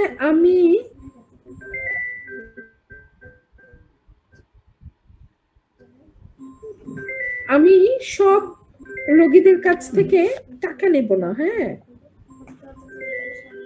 সব রোগীদের কাছ থেকে টাকা নিব না, যারা আমাকে, ধনীরা আমাকে খাওয়াবে আর গরিবরা আমার জন্য দোয়া করবে। ঠিক আছে, তাহলে এই যে ভিন্নতা, অপিনিয়নের এই যে ভিন্নতা, এটা কিন্তু টু সার্ভ দ্য পুয়ার এই উত্তরটার মধ্যে নাই। তার মানে তাদের ফিলসফি টুয়ার্ডস লাইফ, তাদের চিন্তা ভাবনা, তাদের এগুলো কিন্তু পরিষ্কার, নিশ্চয়ই পরিষ্কার, কিন্তু তাদের যখন যারা লিখেছে যে why do you want to be a doctor, ইংরেজিতে যখন লিখতে বলেছে তখন কিন্তু আমরা লিখেছি যে টু সার্ভ দ্য হিউম্যানিটি, তাই না? ঠিক না? তাহলে এমনকি যে তারা চিন্তা ভাবনা করতে পারছে না, তাদের চিন্তা ভাবনা পরিষ্কার না, তা তো না রিয়েলি, তাই না? তারা হয়তো এক্সপ্রেস করতে পারছে না, হ্যাঁ, তারা হয়তো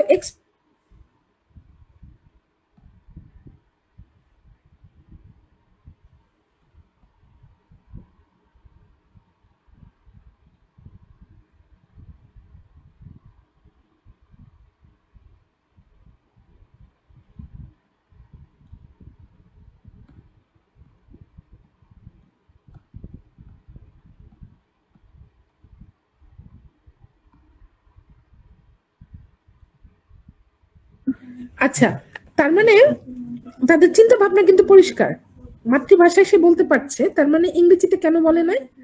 হয়তো তার একটু হেসিটেশন হচ্ছিল ইংরেজিতে ইন ডিটেলস লিখতে বা এরকম। হ্যাঁ, ঠিক আছে। তার মানে তার জড়তা রয়ে গেছে শোনায়, তার জড়তা রয়ে গেছে বলায়, তাই না? ইয়েস। তার মানে ল্যাকিং গুলো কোথায়?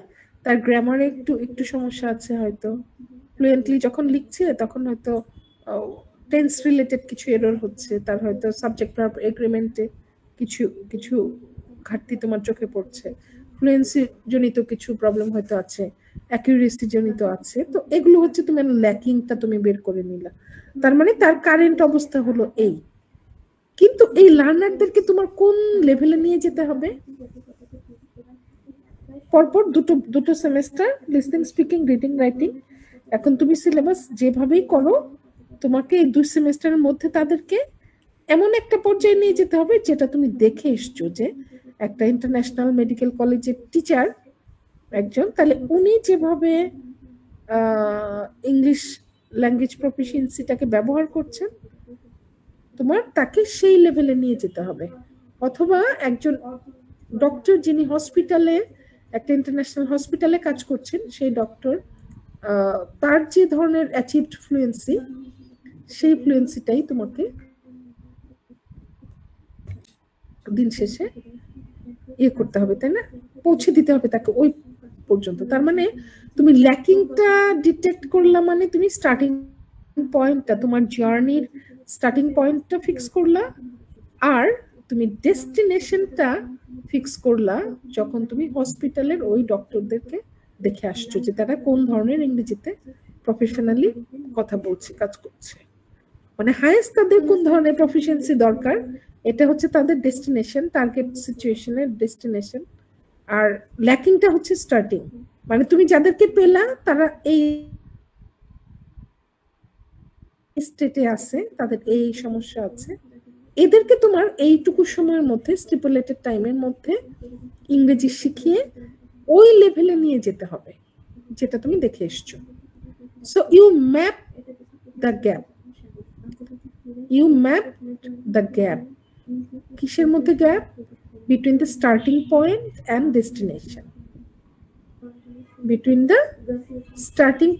ডেস্টিনেশন, তার মানে তুমি স্টার্ট করছো ডিএসসি থেকে, তুমি রিচ করছো ধানমন্ডি ক্যাম্পাসে, তোমার দূরত্বটা তুমি মেপে ফেলছো যে তোমার কোথা থেকে কোথায় নিয়ে যেতে হবে বাই দি স্টেপুলেটেড টাইম। এবার আরেকটা ব্যাপার আছে যে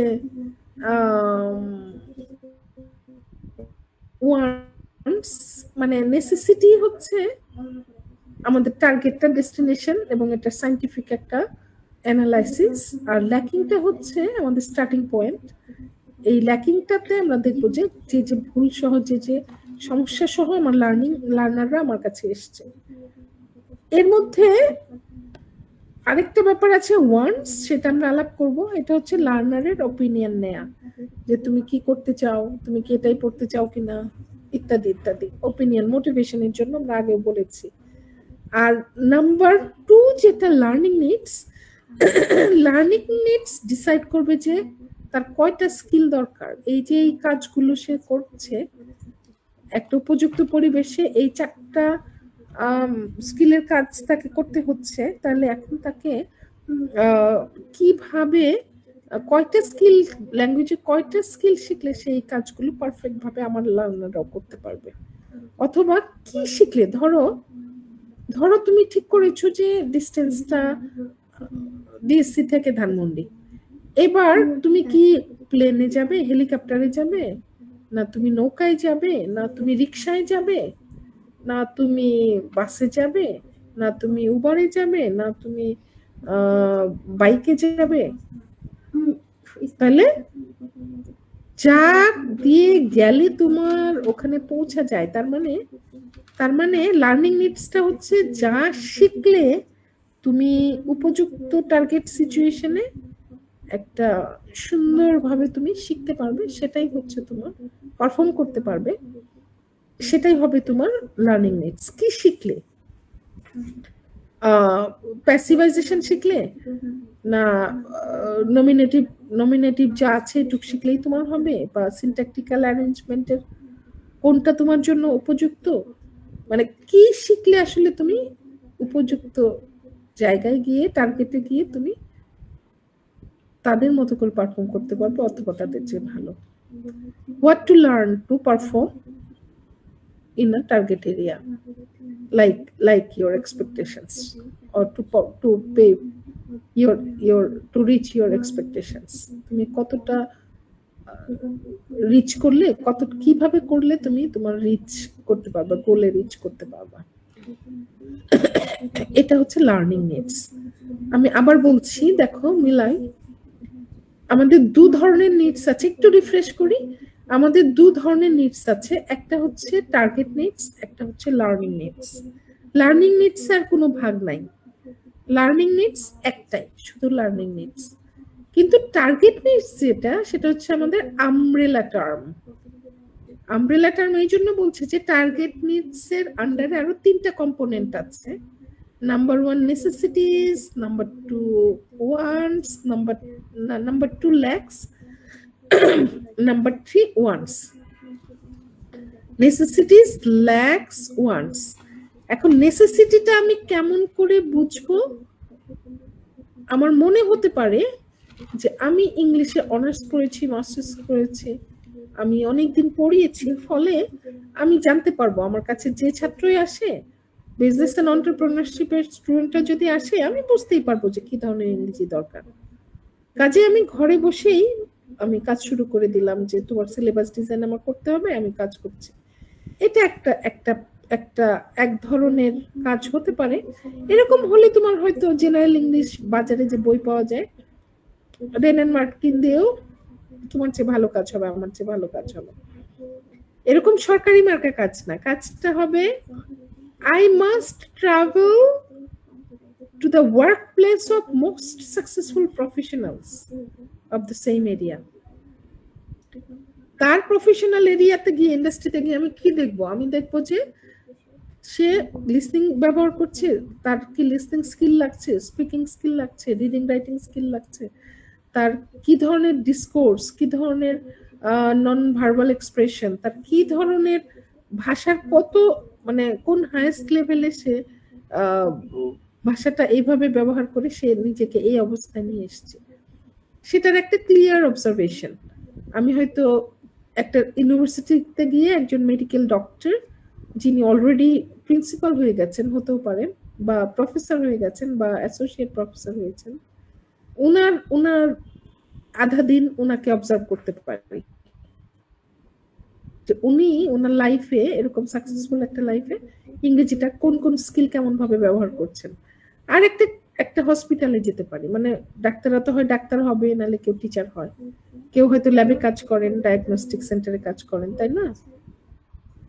তাহলে এই যে আমার জার্নিটা to explore exactly where my learners destination lies, এই জার্নিটা, তাহলে আমি কি করলাম? দেখে আসলাম, দেখে এসে তারপর একটু পড়াশোনা করলাম, করে ব্রাউজ করলাম, গুগল করলাম, তাদের পাঠ্য বইগুলো একটু দেখলাম যে তারা ফার্স্ট সেমিস্টার আর কি কি পড়ে, অ্যানাটমি পড়ে, বায়োকেমিস্ট্রি পড়ে, ফিজিওলজি পড়ে, ওই বইগুলো একটু দেখলাম, ইত্যাদি দেখে আমি তাদের জন্য মোটামুটি ঠিক করে ফেললাম যে তাদের এই কারণে ভাষাটা লাগছে, তাদের এই ধরনের ইংরেজি, একটা সায়েন্টিফিক জার্নি স্টাডি আমি করে ফেললাম। এটা হচ্ছে নেসেসিটি। নাম্বার টু, আমি তো তাদেরকে চিনি না, আমি কল্পনা করে তাদের এরিয়ায় কাজ করে ফেলেছি, বাট হোম টু টিচ, তাদেরকেই তো আমি জানি না যে তারা বর্তমানে কোন পরিস্থিতিতে আছে, তাদের প্রফিসিয়েন্সি লেভেল কি। তখন আমি যেটা করলাম, আই সিক দেয়ার অ্যাপয়েন্টমেন্ট, একদিন তারা বসবে আমার সাথে এবং আমি তাদের 4টা স্কিলই যাচাই করব। ফলে লিসনিং, স্পিকিং, রিডিং, রাইটিং 4টা স্কিলের জন্য আমি লিসনিং স্পিকিং এর একটা ইন্টারভিউ প্ল্যান করে গেলাম, আর রিডিং রাইটিং এর জন্য একটা প্রিসেট কোয়েশ্চেনিয়ার।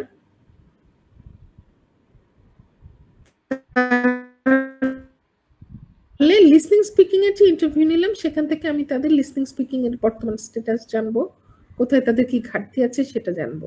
অন্যদিকে কোশ্চেনিয়ার যেটা নিয়ে গেছি সেই কোশ্চেনিয়ার তারা পড়ে ফিল আপ করবে, ফলে তাদের আন্ডারস্ট্যান্ডিং কতটা প্রশ্ন পড়ে কতটা বুঝলো, আর তাদের লিখায় লিখেছে যখন তারা তাদের লিখায় কোথায় ভুল আছে কোথায় সমস্যা হচ্ছে এটা জেনে তাহলে আমি তাদের ল্যাকিং গুলো বের করতে পারবো, যে একজন ছাত্র বা ছাত্রী তার লিসনিং কেমন, তার স্পিকিং কেমন, তার রিডিং কেমন, তার রাইটিং কেমন। তো এভাবে একটু নোট নিয়ে আমি এটা ঠিক করতে পারবো। হ্যাঁ, একটা মিনিট।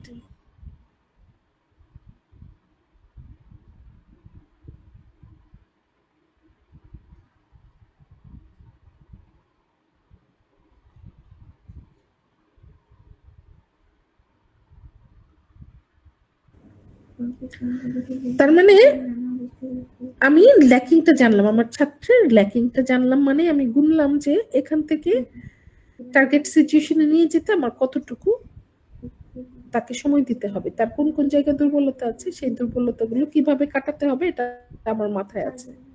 এবং ওয়ান্সটা হচ্ছে যে ও কি চায়। আমি বলেছিলাম তোমাদেরকে যে মোটিভেশনাল একটা ফ্যাক্টর আছে এখানে। অনেকে এটা নিয়ে কথা বলে ওয়ান্সটা মানে আমি তোমাকে বলি, আমি যেহেতু একজন ইজিপি শিক্ষক, তারপরে আমি ইউএসপি শিক্ষক হয়েছি, আমি তাদের নিডস অ্যানালাইসিস করছি, আমি কিন্তু জানি যে হোয়াট টু ডু। হ্যাঁ, তারপরেও I practically visited their work area, তাই না? এখন আমি ভালোই জানি, তারপরেও আমি যেটা করছি আমি তাদেরকে জিজ্ঞেস করছি যে তোমাদের কি আমার কাছ থেকে তোমাদের এক্সপেকটেশনটা কি, কোন স্কিলটা পড়তে চাও বা কিসের উপর আমি গুরুত্ব দেব। তো একজন বলতেই পারে, ধরো আমি একজনকে বলছি, ধরো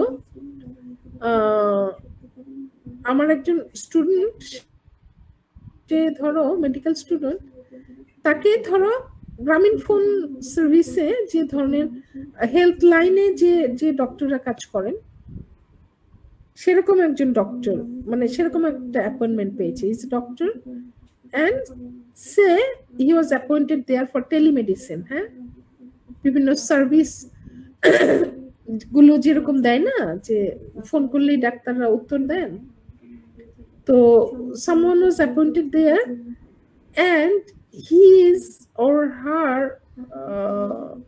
English language proficiency is not bad. এই ডক্টর হয়ে গেছে তো এতদিনে, খারাপ না, কিন্তু যত খারাপ না তার চেয়ে তার ধারণা আসে একটু মানে সে পারফেক্টলি বলতে পারে। আসলে কোম্পানি দেখেছে যে অনেক সময় ইন্টারন্যাশনাল কাস্টমার থাকে, হ্যাঁ, তাদের জন্য তার উচ্চারণ এবং তার অন্যান্য যে প্রোজ এন্ড কনস গুলো আছে, ফ্লুয়েন্সি অ্যাকিউরেসির জায়গায়, সেখানে আরেকটু ডেভেলপ করা দরকার। তাছাড়া এক ধরনের অ্যাম্বিগুইটি তৈরি করে। ফলে কোম্পানি তাকে বললো কি যে তুমি তাহলে আমরা পে করে দিচ্ছি, তুমি এই প্রোগ্রামে যে তুমি 3 মাসের একটা ট্রেনিং করে আসো। হাইলি ধরো তারা পুরো ইয়েটাও পে করে দিল, কিন্তু প্র্যাকটিক্যালি ডক্টর যখন তার ইয়েতে গেল, শিখতে গেল, তখন কিন্তু তার মানে কোম্পানি কিন্তু স্পন্সর, কোম্পানি কিন্তু বলে দিল যে ওনার এই সমস্যা। ফলে টিচার কিন্তু মোটামুটি অ্যাসেস করে ফেলছে যে নেসেসিটিটা কি হবে। কাজেই তার কথা হচ্ছে যে একটু প্রনাউন্সিয়েশনটা, একটু স্পিকিং বা প্রনাউন্সিয়েশনটা একটু ভালো করা, কিন্তু ওনার ধারণা হচ্ছে যে he is a good speaker, তার এই উচ্চারণও ভালো, তার এটা দরকার নাই। ফলে পুরো কোর্সের প্রতি তার একটা লেস মোটিভেটেড একটা অ্যাপ্রোচ। তার মনে হচ্ছে যে যেটা পড়ানো হচ্ছে তাকে বা কোম্পানির যে জন্য তার পিছনে ইনভেস্ট করছে এটা আসলে দরকার ছিল না, কারণ আমি এমনিতেই ভালো বলি। তো তোমার কি মনে হয় যে এরকম যদি কারো মোটিভেশন হয়, সে আসলে তিনি শিখতে পারবেন? মানে শিক্ষাটা তো আগ্রহের ব্যাপার। এখন একজন যদি ফিলই না করে, তুমি যদি অ্যাকসেপ্টই না করো, তুমি কি ভালো করে পড়তে পারবা? মানে তোমার পড়াটা কি ওইভাবে হবে? You are not motivated at all, তাই না? তাহলে বুঝো যে তার মনে হচ্ছে যে আমার আসলে দরকার নাই, রাইট? আরেকটা অনুষঙ্গ আছে ওখানে, তার এরকম তিনটা উদাহরণ আছে হাচিনসন এন্ড ওয়াটার্স এর বইয়ে, এখানেও আছে। তো একজন, তার মনে হলো যে হি কোয়ালিফাইড, হি অ্যাচিভ স্কলারশিপ। তো স্কলারশিপ পাওয়ার আগে সে তার ইংরেজিটা মোটামুটি টিচারের কাছে এসছে এবং টিচার তাকে অ্যাসেস করে দিয়েছেন নিডস অ্যানালাইসিসের মাধ্যমে যে একটা মাইগ্রেশন, তো টোটাল একটা মাইগ্রেশনের ব্যাপার, তো ওখানে সোশ্যাল এক্সপ্রেশন সহ নানা ধরনের কমিউনিকেশন আছে, ফলে তার লিসনিং স্পিকিং মানে কমিউনিকেশনটা তাকে বাড়াতে হবে। হ্যাঁ, কিন্তু তার মনে হচ্ছে যে ও বিদেশ যেতে চায়, স্কলারশিপ পেয়েছে বা পায়নি এখনো এরকম। তো তাকে বলছে যে তুমি কি করতে চাও, তখন সে বলছে যে আমি গ্রামারটা শিখতে চাই খুব ভালো করে, কারণ গ্রামার শিখলে আমি তো ধরো আইএলটিএস এ ভালো নাম্বার পাইলে তো আমি ভালো স্কলারশিপ পাবো ইত্যাদি। তো গ্রামার কিন্তু ধরো জিটি মেথডে কিন্তু গ্রামার সে হয়তো শিখেই আসছে, তো শুধু গ্রামার শিখে যদি তার কমিউনিকেশনটা আরো ফ্লুয়েন্ট, আরো কিছু করতে চায়, নিজে চেষ্টা করলে তো অবশ্যই পারবে, কিন্তু teaching grammar is not a good way to equip someone with communicative competence, right? তাহলে তাকে কিন্তু মানে তার কথাটা কিন্তু পারফেক্ট হচ্ছে না, তার নিডসটা কিন্তু তোমার সায়েন্টিফিক অ্যাসেসমেন্টের সাথে যাচ্ছে না, তাই না? তোমার অ্যাসেসমেন্ট ছিল যে তাকে কমিউনিকেটিভলি কম্পিটেন্ট হতে হবে, ফলে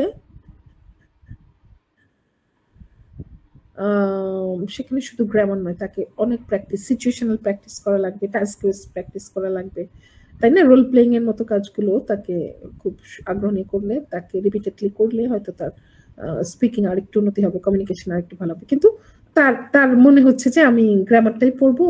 তাহলে এখন এই সিচুয়েশনে বলা হচ্ছে যে দিস ওন্ট ম্যাচ, সবকিছু সবসময় ম্যাচ করবে না, আমি যা চাই তা ম্যাচ করবে না, টিচারের গোলের সাথে অ্যানালাইসিসের সাথে লার্নারের অ্যানালাইসিস মিলবে না।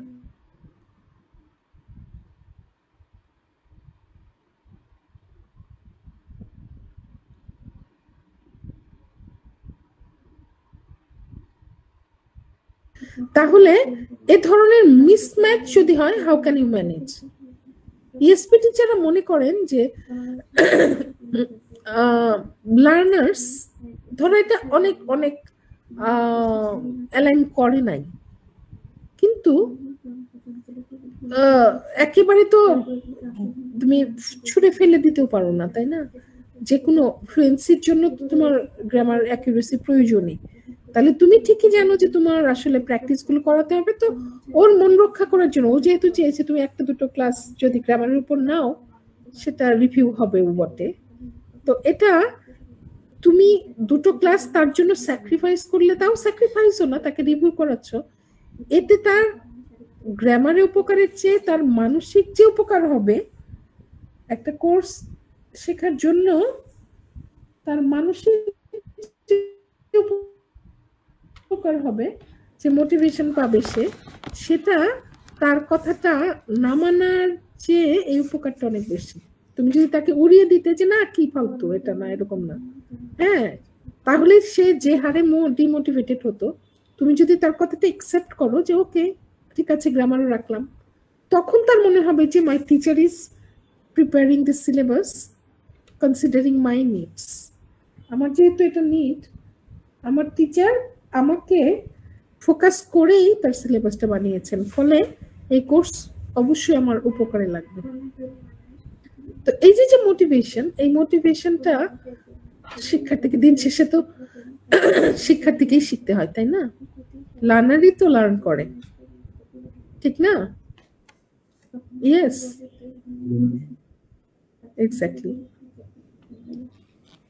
তাহলে লার্নিং নিডসটা যেটা, লার্নিং নিডস হলো আমি সিচুয়েশন বুঝলাম, আমি স্টার্টিং পয়েন্ট বুঝলাম, ছাত্ররা কেমন, আমার তাদের লিসনিং কেমন, স্পিকিং কেমন, রিডিং কেমন, রাইটিং কেমন, এটা আমি বুঝলাম, নাম্বার 1। নাম্বার 2, আমি বুঝলাম তাদেরকে কোথায় নিয়ে যেতে হবে তারা যেন খুব ভালো ফ্লুয়েন্সি অ্যাচিভ করে, তারা যেন খুব ভালো আহ, বলতে পারে, খুব ভালো লিখতে পারে শুদ্ধ করে এবং অনর্গল লিখে যেতে পারে, হ্যাঁ, গ্রামাটিক্যাল মিস্টেক যেন না হয় ইত্যাদি। তো এই জায়গাগুলোতে তাদের নিয়ে যেতে হলে আমার যা যা করা লাগবে আমি একটা অ্যাসেস করে ফেললাম। So necessities, lacks and wants, এটা আমার অ্যাসেস করতে হবে। তারপর আমাকে ঠিক করতে হবে যে আমার লার্নিং নিডসটা কি, কোন কোন কোন কোন ব্যাপারগুলো তাদেরকে শেখাতে হবে। তোমাদেরকে একটা স্ট্যাটিস্টিক্স দেই, একই এরিয়ার ডক্টরস, ধরো মেডিকেল স্টুডেন্টস, তারা ডক্টরস হচ্ছে, আর নার্সেস যারা professionals, nurses, paramedics and medical assistant, medical professionals যারা আছে, ধরো তুমি মেডিকেল স্টুডেন্টদের পড়ানোর জন্য একটা সিলেবাস বানিয়েছো, নিডস অ্যানালাইসিস করেছো, সেই নিডস অ্যানালাইসিসটা মানে বাংলাদেশে তো ধরো প্র্যাকটিসটা কি নাই, ইজিপি ছাড়া তো আর কিছুই নাই। এখন তুমি একটা মেডিকেল ইংলিশের বই বানালা, একটা সিলেবাস ডিজাইন করলা যেন তুমি মেডিকেল স্টুডেন্টদের পড়াতে পারো এবং উডবি ডক্টরস ছাড়া তারা ওইটা পড়তে পারে। এরপরে কি আবার তুমি নার্সেসদের জন্য একটা কোর্স বানানোর দরকার আছে? মানে মেডিকেল কোর্স তো আছেই, ওখানে তো মেডিকেল টার্মস, জার্গনস সবই আছে, তাই না? এরপরে কি তুমি আবার নার্সদের জন্য আলাদা কিছু করবা নাকি? মেডিকেল ইংলিশ তো আছেই, ওটা তো মেডিকেল এরিয়াতে, তাই না? এবার তোমার নার্সদের জন্য পড়াতে হবে, কি করবা তুমি তখন তাহলে? ম্যাম নতুন করে নিডস অ্যানালাইসিস করতে হবে ডেফিনেটলি। ডেফিনেটলি কেন করতে হবে? কারণ নার্সেসদের যে প্রফিসিয়েন্সি দরকার ডক্টরসদের সেটা না।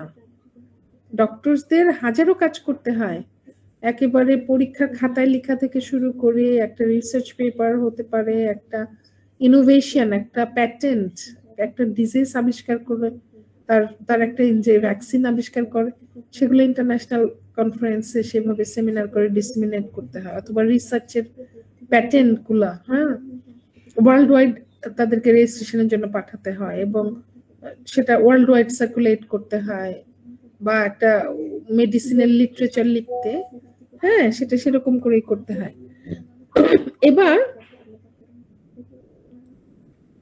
এবার একজন প্যারামেডিক্স আর মেডিকেল অ্যাসিস্ট্যান্ট, তাদের মাত্র দুটো স্কিল দরকার, লিসনিং এবং স্পিকিং স্কিল। তাদের রিডিং রাইটিং এর কোনো প্রয়োজনই নাই, তাদের রিডিং রাইটিং এর কোনো প্রয়োজনই নাই। ফলে তারা কিন্তু একই কোর্স দিয়ে তাদেরকে তুমি ওভারবার্ডেন করার তোমার কোনো দরকারও নেই। তাহলে তুমি চারটা স্কিল ইকুইপ করার জন্য যে ভলিউমের সিলেবাস তৈরি করবা, দুটো স্কিল শেখাতে হবে যে গ্রুপকে, তাদেরকে নিশ্চয়ই তুমি একই ধরনের সিলেবাস তুমি ভাববা না নিশ্চয়ই, তাই না? তাহলে group of nurses, paramedics and medical assistant, তাদেরকে যদি তুমি এক মাসের জন্য কাছে পাও, শেখানোর জন্য, তাহলে রিডিং রাইটিং ইত্যাদি ক্লামজি না করে, কারণ রাইটিং তো বহু প্রচেষ্টার ব্যাপার, তাই না? রাইটিং তো অ্যাকিউরেসি, ফ্লুয়েন্সি, একটা ভুল হওয়া যাবে না, একটা অক্সিলারি ভুল হলে মিনিং আলাদা হয়ে যাচ্ছে, এবং তুমি তো গোপাল ভাঁড়ের মতো গিয়ে আবার পড়ে দিয়ে আসতে পারবা না, পারবা? একবার লিখে চিঠি পাঠালে আবার তোমাকে পায়ে হেঁটে গিয়ে পড়ে দিয়ে আসলা, এই সুযোগ তো নাই। পরীক্ষার খাতা জমা দিয়েছো, তারপর পরের দিন মনে পড়লো যেটা ভুল করে, পরে কি আবার খাতা কারেকশন করতে পারবা যে আমি একটু ভুল হয়েছে, আমি এটা একটু কারেকশন করতে চাই, ওয়ান্স ইউ সাবমিট ইট? পারা যায়? কখনোই না। তাহলে তোমাকে তখনই লেখাটা তখনই পারফেক্টলি লিখতে হয়, তাই না? জীবনানন্দ দাশ কবিতা লিখে চলে গেছেন, তারপর কি উনি এখন ব্যাখ্যা দিতে আসছেন?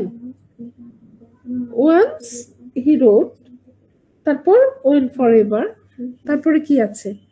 যা ব্যাখ্যা তোমার, মানে ইট মাইট বি সেলফ এক্সপ্লেনেটরি, তাই না?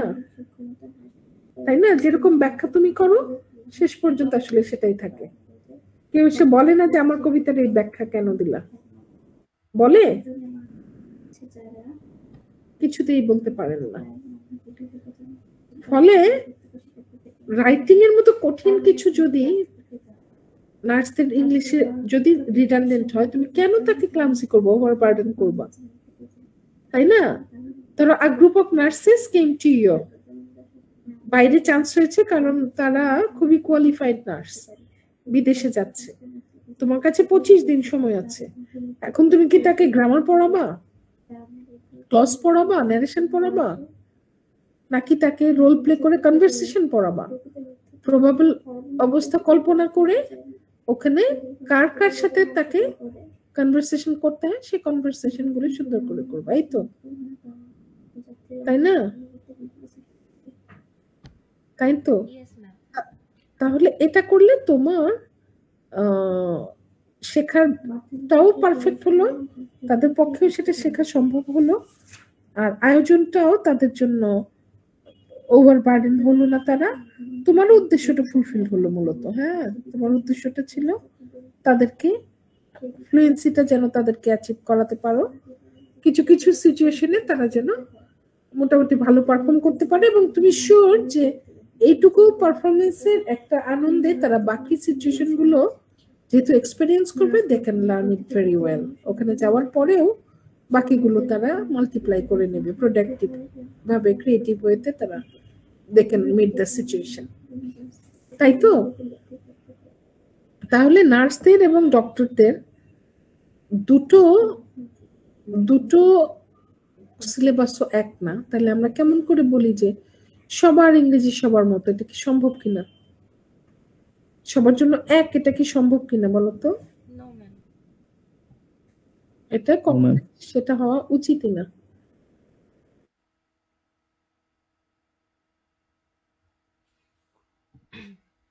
ম্যাম, এক একজনের সাবজেক্ট ডোমেইন এক এক জায়গায় একাডেমিক্যালি আলাদা। ডক্টরদের জন্য, ইঞ্জিনিয়ার্সদের জন্য, ইংলিশে যারা পড়ে তাদের জন্য আলাদা। তো সেই ক্ষেত্রে একজন এমবিবিএস ডক্টর সে মেডিকেল টার্মিনোলজি সমৃদ্ধ একটা বই পড়বে।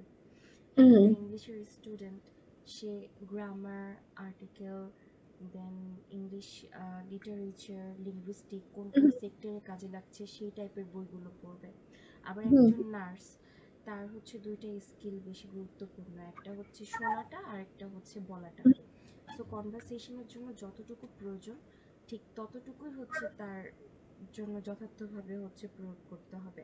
তো এক একজন স্পেসিফিক ভাবে হচ্ছে এক একভাবে শিখছে, তো সেই ক্ষেত্রে তাদের সিচুয়েশন আলাদা, এবং যখন তারা আলাদাভাবে তাদের ডোমেন স্পেসিফিকে শিখে তখনই হচ্ছে তাদের যে নিড অ্যানালাইসিসটা প্রপার ওয়েতে হয় এবং they can meet the situation, এবং এক একজনের ক্ষেত্রে বিষয়গুলো এক একভাবে হচ্ছে আমরা মেজার করে থাকি। রাইট, হ্যাঁ এক্স্যাক্টলি। আচ্ছা, এখানে দেখো, just if you go through, আমি যেভাবে বলেছি ঠিক সেরকমই আছে। ESP English for Specific Purposes ensures designing courses to meet learners' needs. Two vital devices of determining needs are target needs and learning needs. The term target needs refers to what learners need to do in the target situation. It consists of three components: necessities, lacks, and wants. Learning needs are what learners need to do in order to learn. ঠিক আছে, শেখার জন্য কি কি শিখতে হবে, আসলে কি কি শিখলে সে একটা রিফ্লেক্টেড এরিয়ায় সে পারফর্ম করতে পারবে, কি শিখতে হবে তার, হ্যাঁ, কি শিখলে সে ওখানে পৌঁছতে পারবে এবং পৌঁছে পারফর্ম করতে পারবে, সেটা হচ্ছে learning needs. In designing an English course for the medical students, the research has focused on target needs and learning needs along with necessities, lacks, and wants. The medical students are really motivated by their subject specific text. এটা কেন বলেছি যে আমার এটা নিজের অভিজ্ঞতা, নিজে contact করেছি আমি একদম। তো ওখানে অ্যানাটমি ক্লাসে তাদের যতটা আগ্রহ বা ফিজিওলজি, ইংলিশের প্রতি কিন্তু অত, কারণ 12 বছর পড়েছে, এই জায়গাটা রিসার্চ গ্যাপ ছিল আর কি। ওই জায়গাটাতেই সলভ করার চেষ্টা করেছিলাম আমি, হ্যাঁ, যে এই সাবজেক্টে তাদের কিন্তু মনে হচ্ছে যে আসলে তো 12 বছর তো তারা পড়েই এসছে, আবার 13তম বছর যখন এত কাঠখড় পুড়িয়ে মেডিকেল ডক্টর হতে এসছে তখন আবার সেই ইংরেজি, ফলে তাদের নর্মালি সেই 12 বছরের পুরনো ইংরেজিতে তাদের আর কোনো আগ্রহ নাই। তো এটা আমি যখন দেখলাম তখন আমার মনে হলো যে আগ্রহ থাকার কথাও না তাদের, তাই না? অ্যানাটমিতে যে ফ্যাসিনেশন, তাহলে কি করা যায়? তাহলে ইংরেজিটাকে তাদের মানে অথচ তাদের ল্যাকিংও কিন্তু আছে, গ্যাপও আছে, ফলে তাদেরকে ইংরেজিটা যেন তাদের প্রয়োজন অনুযায়ী হয়। মেডিকেল যে সিচুয়েশন তারা পুরো লাইফে লিড করছে, ফিল করছে একাডেমিয়া এবং প্রফেশনাল ক্ষেত্রে যখন তারা যাবে তখনও যেন তাদের পারপাস সার্ভ হয়, এরকম ভাবেই আসলে তাদেরকে ইংরেজিটা পড়াতে হবে। তো সেই ধারণা থেকেই রিসার্চটা কন্ডাক্ট করেছিলাম আমি। এখানে বলা হচ্ছে যে the medical students are really motivated by their subject specific text. Most of the students suffer from lack of adequate vocabulary. তাদের vocabulary com, their knowledge in major area of English language such as tense system, concept of voice, the syntax, etc. is not sufficient. Their lack of knowledge of the language is one of the prime reasons for their not being able to speak and write correctly and smoothly. A specific English language course can solve the problem by bridging their area related knowledge with their English language proficiency. মানে English language proficiency তার সাথে bridge করতে হবে তাদের area related যে তাদের context আছে সেটাকে। সো শুধু ইংরেজি তাদের জন্য না, তাদের ইংরেজিটা হচ্ছে একটা blended sort of English between two domain. It should bridge two domain, একটা হলো মেডিকেল এরিয়া আর একটা হলো ইংলিশ। ফলে আমরা এটা আসলাম, একটু টেনে যাই, একটু তোমরা কিন্তু একটু পড়ে নিও, সুবিধা হবে পড়লে। এখানে দেখো আমরা বলছি যে target needs, first step is to determine needs analysis. It's a process to specify or determine exactly why learners need language proficiency. Hutchinson and Waters 1987 define needs in terms of target needs. এটা আমরা পড়ছিলাম আগেও, what the learner needs to do in the target situation, and learning needs, what the learners need to do in order to learn. তাহলে এই দুটো ধরনের needs আমরা পেলাম। Dudley Evans and St. John 1998 opine the best methodology for specifying the target needs of any particular group of students is to use such methods as questionnaire, follow-up interviews, collection of authentic workplace text, and visit the workplaces. তাহলে এই যে visiting workplace, তারপরে হচ্ছে interviews আর collection of authentic data, এগুলোই হচ্ছে উপায় যেভাবে আমরা একটা এরিয়ার স্টুডেন্টদের, পার্টিকুলার ফোকাসড এরিয়ার স্টুডেন্টদের নিডস অ্যানালাইসিসটা করতে পারি। তাহলে টার্গেট নিডস এর ভেতরে কি বলছি? Target needs is defined as what the learners need to do in the target situation. হ্যাঁ, তাহলে এটা বলছি যে এটা একটা আমব্রেলা টার্ম, এখানে তিনটা ব্যাপার আছে। তাহলে নেসেসিটিসটা কি? নেসেসিটিসটা ধরো এই আমি যখন মেডিকেল স্টুডেন্টদের নেসেসিটিটা ডেভেলপ করলাম তখন আমি কি করেছি? আমি একাডেমিয়ায় তাদেরকে দেখছি এবং এটুকু দেখেই শুধু ক্ষান্ত হইনি, আমি তাদের মোস্ট সাকসেসফুল স্টুডেন্টরা কি করে, কোথায় যে সবচেয়ে ভালো কাজ করে, সেখানে সে ইংরেজি ল্যাঙ্গুয়েজটা কিভাবে ব্যবহার করছে এটা সম্পর্কে আমার একটা ধারণা থাকা খুব জরুরি ছিল। ফলে আমি যেটা করেছি, আই ভিজিটেড দেয়ার ওয়ার্কপ্লেস এবং ভিজিট করে সার্ভে করে আমি দেখেছি দেখো কি কি কারণে তাদের ইংরেজি, what do they do in the target situation.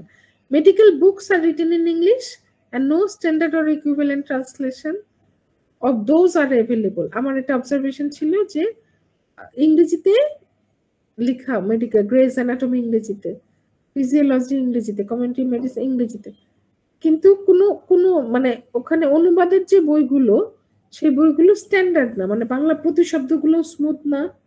অক্সিজেনের বাংলা হচ্ছে অঙ্গারদি অম্লজ, তাই না? তাই না? Yes, অক্সিজেন কেবল অম্লজান, yes, ma'am. Carbon die oxide অঙ্গারদি অম্লজ, তাই না? তাহলে এগুলো তো আমরাও জানি না আসলে। তাহলে medical books are written in English and no standard or equivalent translation of these are available. So they need to go through the books that are all in English. Medical journals and research reports are usually published in or interpreted in English. To enrich their knowledge, they must keep themselves in touch with this publication. কেউ যদি medical journal পড়ে তাকে ইংরেজি জানতে হবে।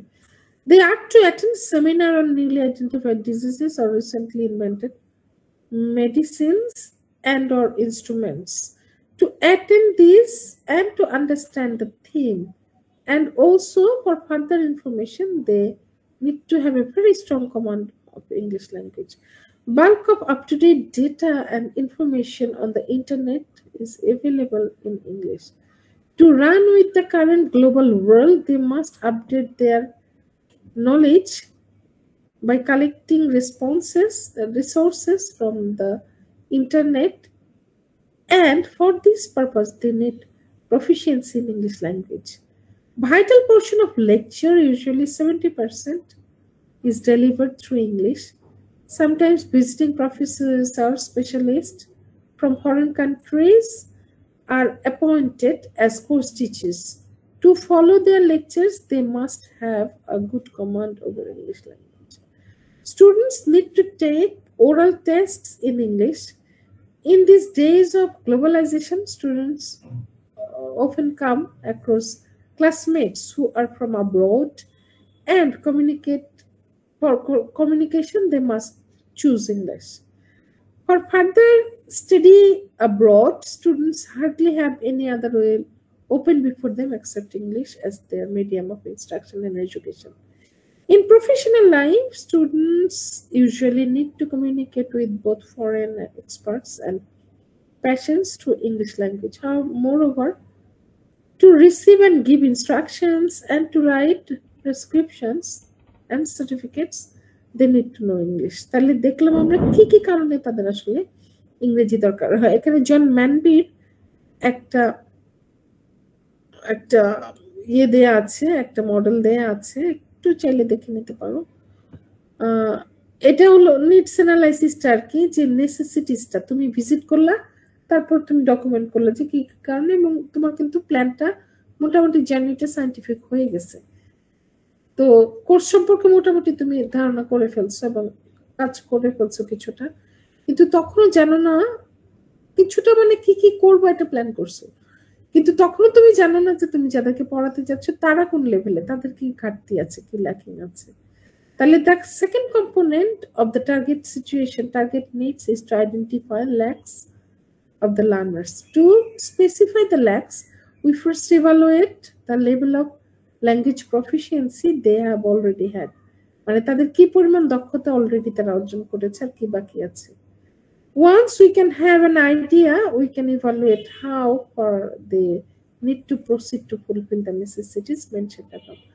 One target situation necessity might to be answered the scripts in correct language. On the other, on the basis of the data collected by the preset questionnaire, we can have an idea about how they can comprehend the question and how correctly they answer the question. Seeing the common mistakes, lacks, the course designer can decide what type of materials will she choose for learners to learn writing in correct English. To determine the lacks of the medical students, এইভাবে দেখো questionnaire দেওয়া হয়েছিল, যে কথাটা তোমাদেরকে বললাম, how long have you been studying this medical college. এখানে দেখো কি ধরনের এরর হচ্ছে, ট্রান্সলেটেড রিলেটেড এরর হচ্ছে, কারো নাম্বার রিলেটেড এরর হচ্ছে, কারো ইনকমপ্লিট অ্যান্সার দি এরর হচ্ছে কারো কারেক্ট অ্যান্সার হয়েছে টোটাল যত পার্সেন্ট আর কি। যাই হোক, এটা তোমাদেরকে পড়ে শুনিয়েছিলাম আমি, দেখো ডাটা ট্রায়াঙ্গুলেশন করে। The second question was, why do you want to be a doctor? Why do you want to be a doctor? Only 24% students could answer satisfactorily. The rest of the students just copied single common answer to serve the poor people. But when they were asked individually the same question in their mother tongue, they answered, "It's the interest of my parents that inspired me to study medicine," quote unquote. Once again, quote, "My heart bleeds when I see people suffering from diseases. Being a doctor, I will serve them," unquote. Quote, "I will help the poor and I will never take money from the poor. The rich will feed me and the poor will pray for me," unquote. Quote, "My father is a doctor, so I want to be a doctor," unquote. So these indicate that the learners' ideas are clear, but they couldn't express themselves correctly because of their lack influence in English. কাজে target সিচুয়েশনটাকে দেখো match করে এই existent প্রফিসিয়েন্সিটা, এই দুইটা থেকে যেটা বাদ দিব সেটাই আসলে আমাদের ল্যাক। আর ওয়ান্টসটা দেখো বলছিলাম লেখো, মানে তোমার লার্নার যা চায় আর তুমি যা চাও। তুমি চাও তোমার জন্য তো এটা খুব বাস্তব যে তুমি সায়েন্টিফিক ভাবেই চেয়েছো, কিন্তু তোমার লার্নার যে কোনো কিছুই চাইতে পারে। এখন সেটাকেও তোমাকে অ্যালাইন করতে হবে, হবেই না কিন্তু করলে তোমার লার্নিং ভালো হবে। হ্যাঁ, দেখো, one learner has recently been selected as a medical advisor by a mobile phone company for providing health services over phone. He is selected for his prudence and sharpness in handling present situation. মানে চট করে সিচুয়েশনটা handle করতে পারে, very prudent, এটা তার দক্ষতা। He is fluent, but his spoken English is not accurate. That is why he is sent for a spoken English course, but he thinks he speaks good English, and that is why he has got a little motivation regarding the course. তাহলে এখানে কেউ বলেছে যে দেখো মানবি বা এই যে ফানলিহা, এনারা বলতে চান যে দেখো যে মানুষ জানেই না তাকে তুমি কিভাবে সাজেশন নিচ্ছ, এটা তোমাকে আরো এলোমেলো করবে। কিন্তু ফানলিহা উনি ক্রিটিসাইজ করেছেন জন ম্যানবি যখন বলেছেন যে এটা দরকার নাই, বলেছেন যে আমরা কেবলই ভাবি যে learner can think, feel, sense, see, create and be tired. হ্যাঁ, আমরা Manbi seems to forget the fact that Manbi ভুলে গেছেন, জন ম্যানবি বলেছেন যে দরকার নাই, মানে ওয়ান্টস এর দরকার নাই সিলেবাস ডিজাইনিং এ। কিন্তু ফানলিহা উনি বলেছেন যে মানবির কথা শুনে মনে হচ্ছে যে ভুলে গেছেন যে মানুষ কি করে, শুধুমাত্র কি করে না। Manbi seems to forget the fact that the learners are human beings who can think, feel, sense, see, create and be tired. That is why in this model learners are seen as more passive and machine-like beings who either productively or receptively are pressured by so many artificial factors. He thinks learners only need but do not want. হ্যাঁ, আমাদের প্রয়োজন আছে কিন্তু আমরা চাইতে পারবো না। এরকম যদি থাকে তাহলে তো আসলে স্বতঃস্ফূর্ত হতে পারবো না আমি, তাই না? স্বাভাবিক হইতে পারবো না। অ্যাজ ইফ মনে হবে যে আমার দরকার, আমি দয়ার মধ্যে আছি, আমি চাইলেই মন খুলে কিছু করতে পারবো না। It is really far from the truth. What I have observed so far in language classes proves that ones play a decisive role in a mastering of a language, although these play the key role in learning.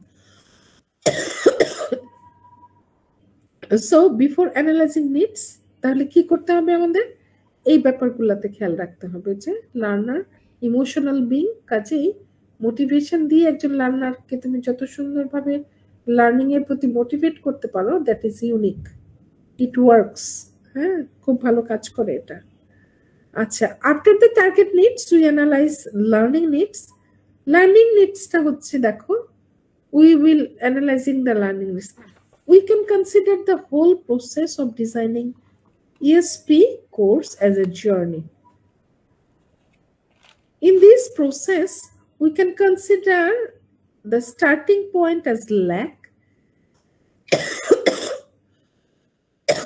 and the destination as necessity and learner's opinion as wants. But in this case, what will be the route to follow? আমরা সব sketch করে ফেলছি, কিন্তু এবার আমি কি বিমান পথে যাব, আমি কি জলপথে যাব না স্থলপথে যাব, ডেস্টিনেশনে পৌঁছাবো কেমন করে, ফিক্স তো করেইছি। তাহলে এই প্রশ্নটাই আসলে আরেকটা নিডস এর জন্ম দিয়েছে, সেটার নাম হচ্ছে learning needs. Learning needs refers to the process how learners learn. What includes learners' motivation, their knowledge, skills, and strategy in learning a language. In fact, the learning needs is a subject highly related to the learner's language problems, their learning objectives, their way of learning,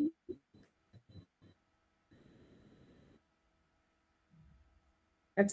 Of the above-mentioned components, and Hutchison and Waters support that the new educational pedagogy emphasizes on the importance of the learners and their attitude to learning. এটাই আসলে এখানে যেটা বলা হচ্ছে, দেখো, যে learners skills. Since ESP learners are adult and more matured, they naturally may have their own opinion. থাকতেই পারে তাদের ডিসিশন মেকিং এর একটা ইচ্ছা। If the syllabus is designed on the basis of the learner's opinion, they will be more motivated. Learners will be more motivated to learn. Moreover, when English language materials will be specifically developed for them, particularly in the area of learners, they will be interested to learn in the process of designing the course for the medical students. I have given importance to wants of the learners. Moreover, the materials I've selected covers the entire area of medical science. Learners' previous knowledge, skills, and strategies in the learning a language have keenly been observed. Thus, I hope I have analyzed properly both target needs and learning needs for designing the specific course. Okay. If a course is able to fulfill the requirements and can stimulate interest in learning, it must motivate them. It must motivate them highly. The strong motivation will help the course to be easily acceptable. Once you have the confidence that I have the acceptance of my course teacher. That means my liking, my disliking, my necessity, my recommendation, everything is important to my teacher, and the course has been developed considering my opinion. আমার যখন এটা মনে হবে তখন কিন্তু লার্নাররা অনেকভাবে motivated থাকতে পারবে, তাই না? ঠিক আছে, সো ইট ওয়ার্কস। আমার যদি মনে হয় যে কেন আমি ওয়ান্স দিব, তাহলে যদি কেউ বলে যেটা না দিলেও চলে, আমার মনে হয় যে এটা দিলে আরো 3 গুণ মোটিভেশন কাজ করবে স্টুডেন্টদের। And it's the learners actually who will learn, না? লার্নারকেই তো শিখতে হবে। কাজেই যদি শিখে, এটা বরং অনেক গুণে তাদের জন্য ইম্প্যাক্টফুল এবং এফেক্টিভ হবে, এই আর কি। Thank you. মারিয়া, কিছু বলতে চাও?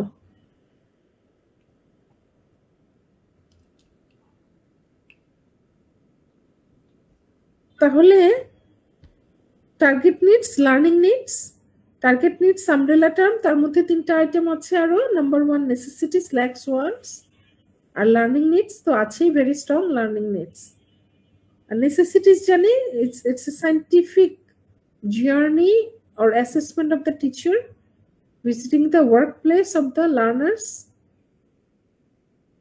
visiting the future workplaces of the learners and connecting to the level of lacking students have। এই দুটো মিলেই আসলে আমরা তৈরি করতে পারি। আচ্ছা, ল্যাকিং তো আমরা জানি বর্তমানে তাদের যে ঘাটতিগুলো আছে লিসনিং, স্পিকিং, রিডিং, রাইটিং চারটা স্কিলে। আর ওয়ান্সটা তো আমরা দেখেছি যে ওয়ান্স মানে লার্নার্স যেটা চায় সেটাকে ওয়ান্স বলছি, তাই না? Yes. Yes, ma'am. Are learning needs তো আমরা পড়েছি যে skills and strategies two be determined, সবার জন্য সব নয়, তোমার লার্নার জন্য যতটুকু অতটুকুই তুমি কাজ করো। আমি রেখার গল্প করেছি, এখন রেখাকে নিয়ে গ্রামার পড়াতে বসিয়ে গেলে মানে এরকম 3 জন ক্রিশ্চিয়ান ওয়ালিস চলে যেত টার্ম, রেখার আর কোনোদিন শেখা হতো না। So we can go for practising everything revolving his or her work places and context. শুধুমাত্র ওয়ার্ক প্লেস আর কনটেক্সটটা বিবেচনা করলেই আমার মনে হয় learning would have been much more meaningful, projected and focused. কাজেই needs analysis is very intensive. হয়তো 70 লক্ষ ছেলে মেয়ের উপর কাজ করলাম ইন জেনারেল, একদম ইন জেনারেল, কারণ এত তো স্পেসিফিক হওয়ার সময় নাই। আর 35 জনের উপর কাজ করলাম, যে 35 জন দে আর actually eager to learn, eager to know, ফলে আমি তার ইন্টেন্সিভ নিডস অ্যানালাইসিস ঘেটে কাজ করলাম। কোনটা এফেক্টিভ হবে, কোনটা ইম্প্যাক্টফুল হবে,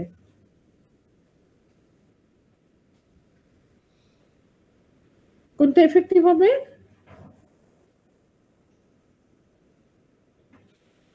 ম্যাম নিডস অ্যানালাইসিস করে যেটা করা হচ্ছে। ন্যাচারালি। ওকে, কোনো প্রশ্ন আছে কিনা? ম্যাম, যখন নিড অ্যানালাইসিস নিয়ে আমরা লিখব তখন নিড অ্যানালাইসিসের আন্ডারে নেসেসিটি, ল্যাকস, ওয়ান্টস এই 3টা ক্রাইটেরিয়া আমরা মেনশন করব, তাই না? হ্যাঁ হ্যাঁ অবশ্যই। আর পাশাপাশি লার্নিং নিডস, হ্যাঁ এটা নিয়ে হচ্ছে আমাদের নিড অ্যানালাইসিসটা। রাইট। ওকে, বইয়ে একটু থিওরিটিক্যাল দেয়া আছে, এখানে একটা এক্সাম্পল সহ দেয়া আছে। হ্যাঁ, যে তুমি যদি মেডিকেল এরিয়া স্টুডেন্টদের জন্য নিডস অ্যানালাইসিস করে একটা সিলেবাস ডিজাইন করতে চাও তাহলে সেটা কেমন হবে আর কি, একটা রিসার্চ পেপার একটা পার্টিকুলার রিসার্চ এরিয়া ফোকাস করে। হ্যাঁ,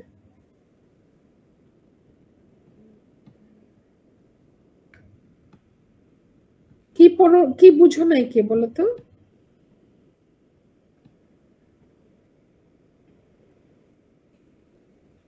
কোথায় প্রবলেম আছে?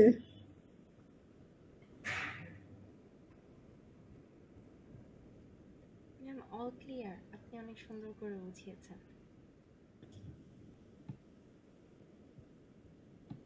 সবার মোটামুটি বুঝে এসছে সবার? জি ম্যাম। Yes, ma'am. আচ্ছা আচ্ছা, থ্যাংক ইউ। যদি প্রশ্ন না থাকে তাহলে আজকে শেষ করে দিতে চাইবো। হ্যাঁ ম্যাম আমাদের নেক্সট উইকে তো কুইজ হচ্ছে, আপনার ফার্স্ট কুইজটা। হ্যাঁ দাও, কুইজ দাও। একটা দিবা না দুটো দিবা? দুটো দিয়ে ফেলো, ঝামেলা শেষ হয়ে যায়। ম্যাম একটাই দিই, কারণ আমাদের ওই দিন আরো 2টা কুইজ আছে। আচ্ছা ঠিক আছে, তাহলে প্রথম আমি বলেছিলাম যে ইএসপি সম্পর্কে যা জানো সব, আর তার সাথে বেসিক ইএসপি সম্পর্কে বেসিক যা পড়েছি, সিটি অফ ইএলটি, তারপরে ইএলটি 3 থেকে শুরু করে যত ইকুইটি, তাই না, পড়েছি না ইকুইটি? হ্যাঁ জি ম্যাম। আচ্ছা, থেকে শুরু করে যা বেসিক আর origins of ESP and development of ESP, এটার পর ফার্স্ট কুইজ আমি প্রশ্ন করবো। ঠিক আছে ঠিক আছে, অ্যাটেন্ডেন্সটা দিয়ে ফেলো বাবা। Okay ma'am. এত কমজন কেন? ও তোমরা কি এখন কতজন তোমরা টোটাল? ম্যাম अराउंड 18 to 19 এরকম 20 এর মধ্যে আছে। আচ্ছা আচ্ছা আচ্ছা ঠিক আছে ঠিক আছে, থ্যাংক ইউ। তাহলে অ্যাটেন্ডেন্সটা দিয়ে দিও। Okay ma'am. জি, আসসালামু আলাইকুম ম্যাম। জি ম্যাম। আচ্ছা, ভালো থেকে সবাই সাবধানে থেকো কিন্তু। ম্যাম আসসালামু আলাইকুম ম্যাম। ওয়ালাইকুম আসসালাম। ওয়ালাইকুম আসসালাম। কে আসছে? ম্যাম কি চলে গেল?